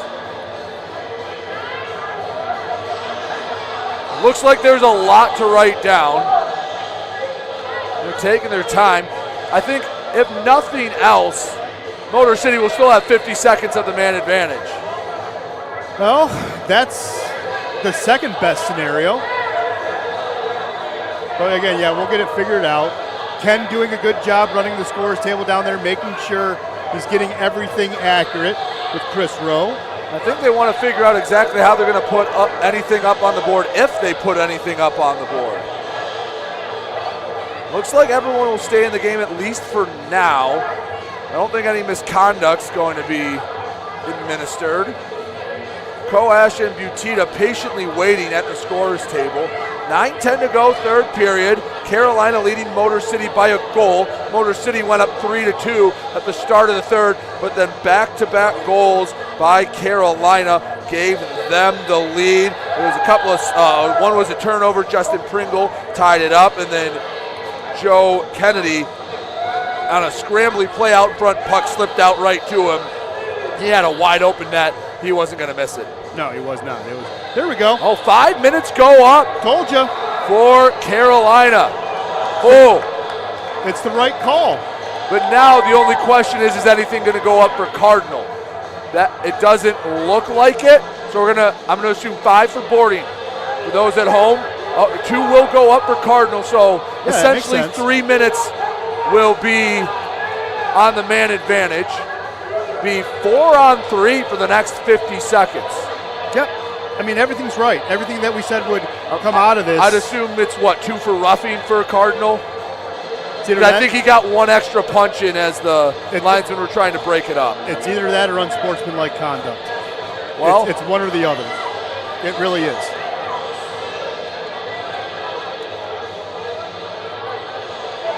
I think Joe Kennedy's going to get a penalty for being the third man in. So let's see. We're getting a game misconduct to Tucker Firth as well. Which again, Kennedy's getting a game 2 for being the third man in. Makes sense. And then 2 for roughing for Cardinal. So a short bench for Carolina becoming even shorter. Well, now you definitely have to cash in on the power play. Right now, Motor City is 0 for 4. They have 50 seconds left of 1. But, yeah. I mean, all this is accurate. All this we knew was coming. We knew it was coming. There's no other way to put it. So now you have to take advantage. You're spending most of the final 9 minutes on the man advantage. There will be a minute 10 of even strength hockey. But the ice is going to open up. 4-on-3 is going to be wide open hockey. Oh, yeah. Oh, yeah. And I think a wide open hockey space favors actually Carolina because they've been able to slip behind the defense. So Motor City has to make sure that they're going to be prepared to bail because you need to cash in on the power play. You can't give up anything. Carolina has fast skaters. They have guys who can put the puck away. Going to give them the edge if the ice is really that open. So the officials explaining to head coach Garrett Rutledge for Carolina what's going on. And Ben, let's kind of talk about how Motor City has matured. Had this game happened, say 6 weeks ago, feel like the penalty sheet would look a little different. I like the mentality Motor City's taking to this game. Yeah, you know what? I'm not going to be upset at Tommy Cardinal getting 2 for roughing. You got to defend your guys. But they have turned the other cheek. They have let Carolina take some of the more mental penalties than just in the play of game. And that's why Motor City's been in these 2 games. It has. Motor City's done a much better job because you know that's on the scouting report. We've talked about it on the broadcast. Firth comes out. He's leaving. Yep. But again, we talked about it. That's on every team's scouting report. You know, when coaches talk to each other, when front offices talk to each other, they say, hey, what do you know about Motor City? And they can say, well, you can get them off their game if you can draw them into penalties, draw them into close quarters, and they can lose their cool. But that's not the case anymore. That hasn't been the case in a while. So and Kennedy's getting thrown off the ice too. Third man in. So Kennedy. That's going to hurt. Kennedy's been playing well. So here's what Carolina is down. Coming into the game, they were down Peter Panicek, Victor Grebenikov, and Richard Pinkowski. They were down Gus Ford for a suspension from last night's game. Now they're down Tucker Firth and Ian Kennedy.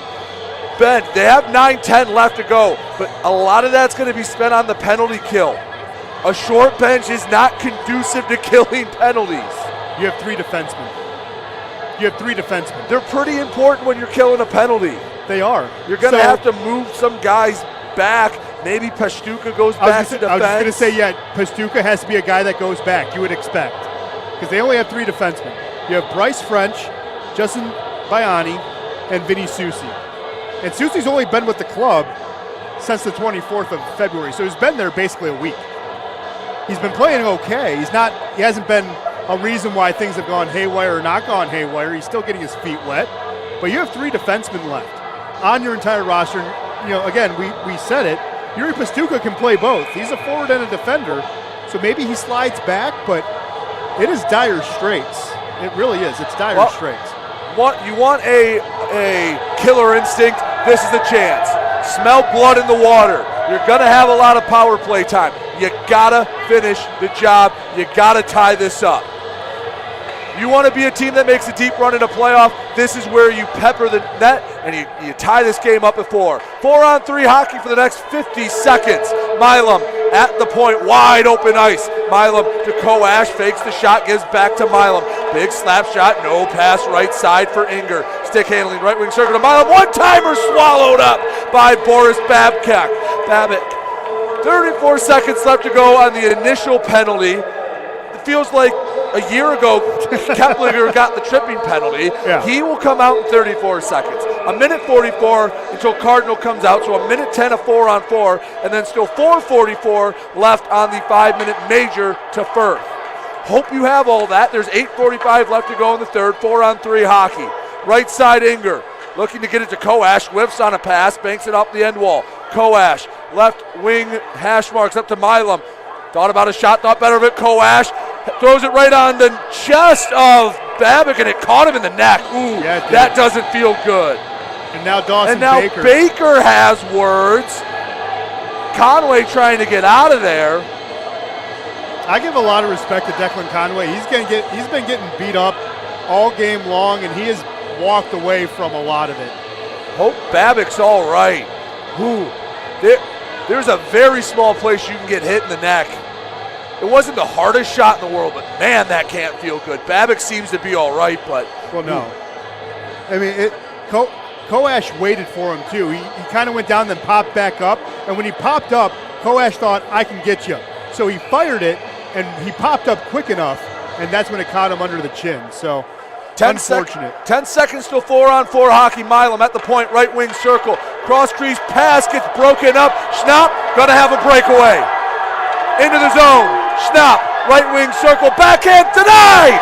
4-on-4 hockey for a minute 5. Still 4-3. Motor City. Conway in his own zone. Schnapp on the forecheck. Gets to Inger, takes it out of the zone. He will patiently wait. Poke checked away. Keplinger, right wing circle.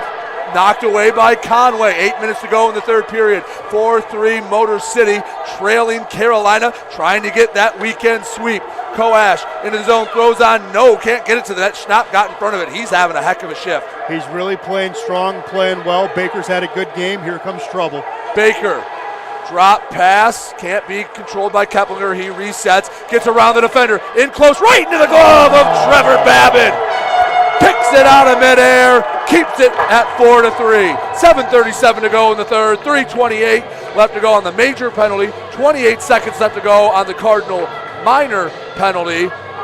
We'll get about 3 minutes of a major penalty. If you're not aware, you score on a major penalty, the time does not come off the clock. Motor City would have a chance to maybe tie or take the lead if they can net multiple goals. Big shot, gets caught in Vanderweel, pops out of somewhere.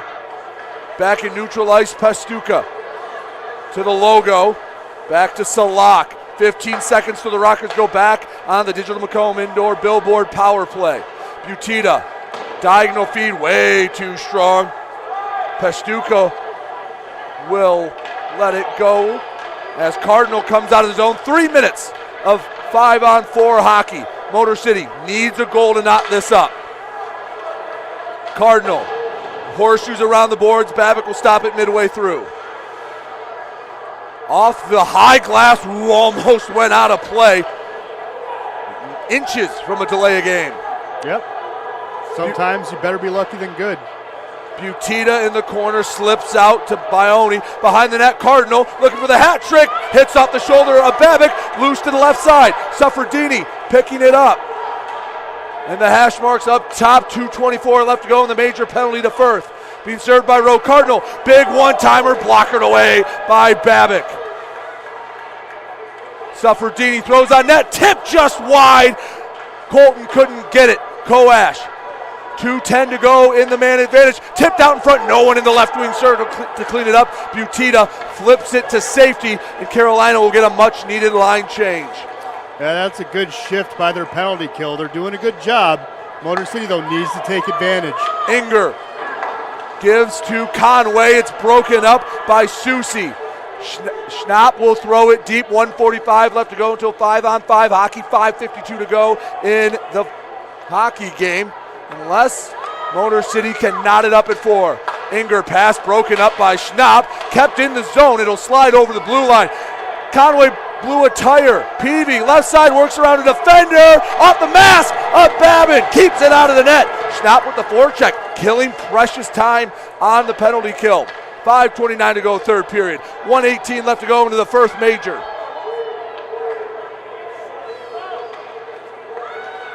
Inger feeds to Koash. On the far side, Miguel Diaz into the offensive zone, bottom of the right wing circle. Holds it on the backhand, flips it, no one home. Conway came up, puck went back. Milam has to reset. Into the zone, Milam tries to work around the defender. Puck gets flipped into the neutral zone. 50 seconds left to go till Carolina gets all hands on deck. 4:55 to go in the third period. Motor City chasing a goal. Ship near side, Vanderweel. Trying to get it past the blue line. Carolina with a strong defense right now. Down to 30 seconds in the man advantage. Ryder chases after it. He's pressured from behind by Pringle. He got the goal to tie it at 3. Far side Cardinal, 20 seconds left to go on the man advantage. Pass doesn't find the stick of Suffredini. He leaves it for Vanderweel. Cardinal, left wing circle, throws on net, stick to side by Babic. Vanderweel, wrap around, tipped in! Tommy Cardinal, hat-trick, tie game, 4-4. 6 seconds no left. Goal, they're waving off the goal. They're saying he kicked it in. They're waving it off. We'll have to see the replay. Emphatically waves it off. They're saying he kicked it in. Ooh, it's hard to tell. Our camera doesn't have the best angle. Inconclusive at best. I don't think he did. The official was right there and emphatically waved off the goal. Well, at first he pointed, though. At first he pointed it in, and then he waved. See, he points. He points and then waves. He waves it off. Emphatically waves it off, and it stays 4-3. Ben, while I calm down, tell him the shots and what's going on in the Fed. Well, we'll all take a quick breather because it's going to be a media timeout, but Motor City leading shots on goal 13-9. They lead overall 40-28. They still trail 4-3. They have 6 seconds left of a power play. Everyone not happy here at Big Boy Arena, but Danbury, they have a 4-3 lead, so people in Elmira aren't happy either. Port Huron got a goal. It's now 7-6 for the Prowlers. It is still 2-2 between Binghamton and Columbus, and it's still 3-2 Mississippi against Watertown. 4:15 to go in the third. Motor City trying to get that equalizer. So really quick, people at home want to know what a distinct kicking motion is. So what it is exactly what you think it is. It's with your skate and you're moving your leg back and forth like a pendulum, and that is what the distinct kicking motion is. That's what they said Tommy Cardinal did. Now, granted, the puck was near his foot, but the thing is, if you watch the replay, it's not the best angle, we will tell you that. But he had his stick down in front of his skates. So if your stick is there, common sense would tell you he can't kick it in, and he had the stick down, he gets pushed into the net. That should be a goal. You can deflect a puck in, you just cannot swing your leg and kick it in. And if you're getting pushed in, can you swing your leg? Hard to tell. Official was right there, called it right away. Again, with the angle, you can't tell for sure. But I will say the official, strong in his call, He was. Did not waver, didn't think about it. No. 5 seconds left to go till Carolina's back at full strength. Back to 5-on-5 hockey, 4:08 to go in the third period. Babick leaves for Baker. Suffredini racing to the near side. Up to Rowe, he comes out of the penalty box. On the near hash marks, Colton fighting Rowe. Rowe holding onto it. Almost does a full lap in the zone out in front. Loose backhand, it's still loose. Butita picks it up in the corner, feeds Rowe right side, wrap around. Stopped by Babin. He'll absorb it. We'll get a whistle. 3:44 to go in the period. Well, that shot had no chance of going in. Babin had that far side post covered like duct tape. But just deflating here in the building. Thought it was tied up at 4. Everyone on the edge of their seat here. Just, again, you got to roll with the punches, play the cards that it dealt you. You still have plenty of time. You have 3:44 to get that goal to send it either into overtime or, again, to maybe take a lead if you get 2. Koash. Feed out to Conway. Could have a rush with Inger. They'll dump it. Inger will chase after it. Pastuka fighting for it. Inger banks it off the end wall. Conway backhand fighting for it off the far side. Controlled by Milam. Turnover. Butita thought about a lead pass. Instead, sends the short one to Salak. Spinning around Koash. Koash picks his pocket in his own zone. Doesn't have numbers. Leaves for Conway. Top of the left wing circle. Conway drops off to Koash. Misses just a bit wide. Had a little bit of net. Just pushed it a bit too far. Conway sacrificed his body for that look, too. 3 minutes to go in the third. Have to wonder when Trevor Babin's going to start sneaking out of that crease to try to get the extra attacker. Yeah, we'll keep an eye on him. Baker can't get it out of the zone. Puck gets knocked to him. Short pass, Rowe will chop at it. Goes over all 3 lines into the Motor City zone. Suffredini, 2-line pass, hits the skate of Vanderweel. Can't control it. Back and forth possession goes.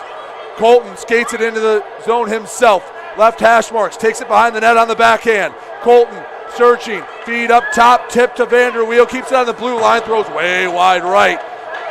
Throwing on net, knocked behind. Ryder controls it in the corner. He's pressured by Susi to the near corner. Puck loose out in front. Babick was going to try to control it. Long feed to Rowe. Suffredini, the only man that can stop him, and he does. Breaks up the rush. 2:07 to go, third period. Rockers chasing the goal on the rush. Right side. Feed to Vanderweel, couldn't tip it. Well, Babin is still in net. He hasn't been pulled yet. Under 2 minutes to go in the third. 4-3 Motor City trailing Carolina. Keplinger, far side, knocked off the puck for a moment, regains possession. Pass back up, misses its mark, it'll go to Babick. Conway racing for the forecheck. Dawson Baker up to Pringle. Pringle knocked away off the stick of Miguel Diaz. Babin still not showing any signs of coming out, maybe waiting for an offensive zone draw or sustained possession. Carolina doing a good job trying to ice this game out. 1:17 to go in the third. 4-3 Carolina leading here at Big Boy Arena. Into the zone. Right wing circle, throws on net right into the glove of Babick. 69 seconds left to go in the third. Get a timeout from Motor City. See what Gordy Brown wants to do with this timeout. Minute 09. See if Babin goes back in net or not. Well, yeah, we'll see if Babin is going to be either recalled to the bench. He looks like he's still staying on the ice. He hasn't fully joined the team on the bench just yet. But it's going to be interesting. And again, you don't want to harp on things, but I still don't know how you can call a kicking motion when your stick is in front of your legs. You got a chance to right whatever wrongs you feel were put against you. Carolina a bit short-handed after both Kennedy and Berth got game misconducts. Had chances on the power play, still a minute 09 to create some chaos. They've already scored once on a 6-on-5 on a delayed call. Tommy Cardinal netted his second in that sequence. Going to start with the face-off win in the offensive zone. Yeah, it still looks like Babin is getting ready to go back on the ice. Looks like 6 skaters out as well. Yeah, but here's where the best part is, right? You get last change. Yes, you do. Butita, Pringle, Baker, Salak, Bioni go out for Carolina. See what Gordy Brown wants to do for Motor City. Ryder, Vanderweel, Cardinal, Colton, Sufferdini, and Perks, 6 skaters. Extra attacker out, 1:09 to go in the third period. Yep, Babin just hopped over the fence. Ryder draws against the captain for Carolina, Butita. Tie up on the draw. Ryder goes down to the ice. Picked up by Baker. He'll send it all the way down. Misses wide Rice. It was tipped. No icing. 60 seconds to go in the third period. Motor City needs a goal if they want to force the extra frame. Butita tries to steal it away. He does. Sends it in deep. 50 seconds to go in the third. Yeah, this forecheck for Carolina has been absolutely killer. They're doing a good job of it here again. Sufferdini back behind the net to Colton. 40 seconds to work with. Motor City needs to get it into the zone before they can think about a goal. Vanderweel spins off a defender. Working by Pringle, dumps in deep. Baker chasing after it along with Ryder. Under 30 seconds to go in the period. Scramble forward in the corner. 25 seconds left to go. Massapile shot in front. It's still loose. Babick didn't know where it was. 17 seconds. Throws on net, tipped wide. Perks with 13 seconds. Gives in deep. Perks got to get it on net. Shot gets knocked away by Salak. Kept by Sufferdini. It'll be chipped away. Butita picks it up. Buries it. Carolina will ice this game and get a big come from behind victory.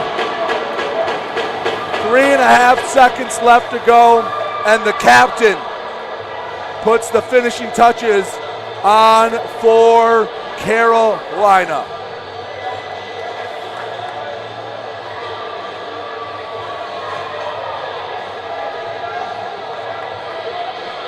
They'll drop the puck.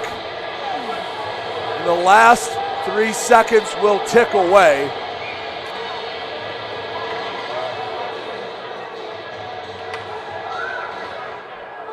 Clock runs out, and in a hard-fought decision, Carolina takes the 5-3 game with the extra attacker.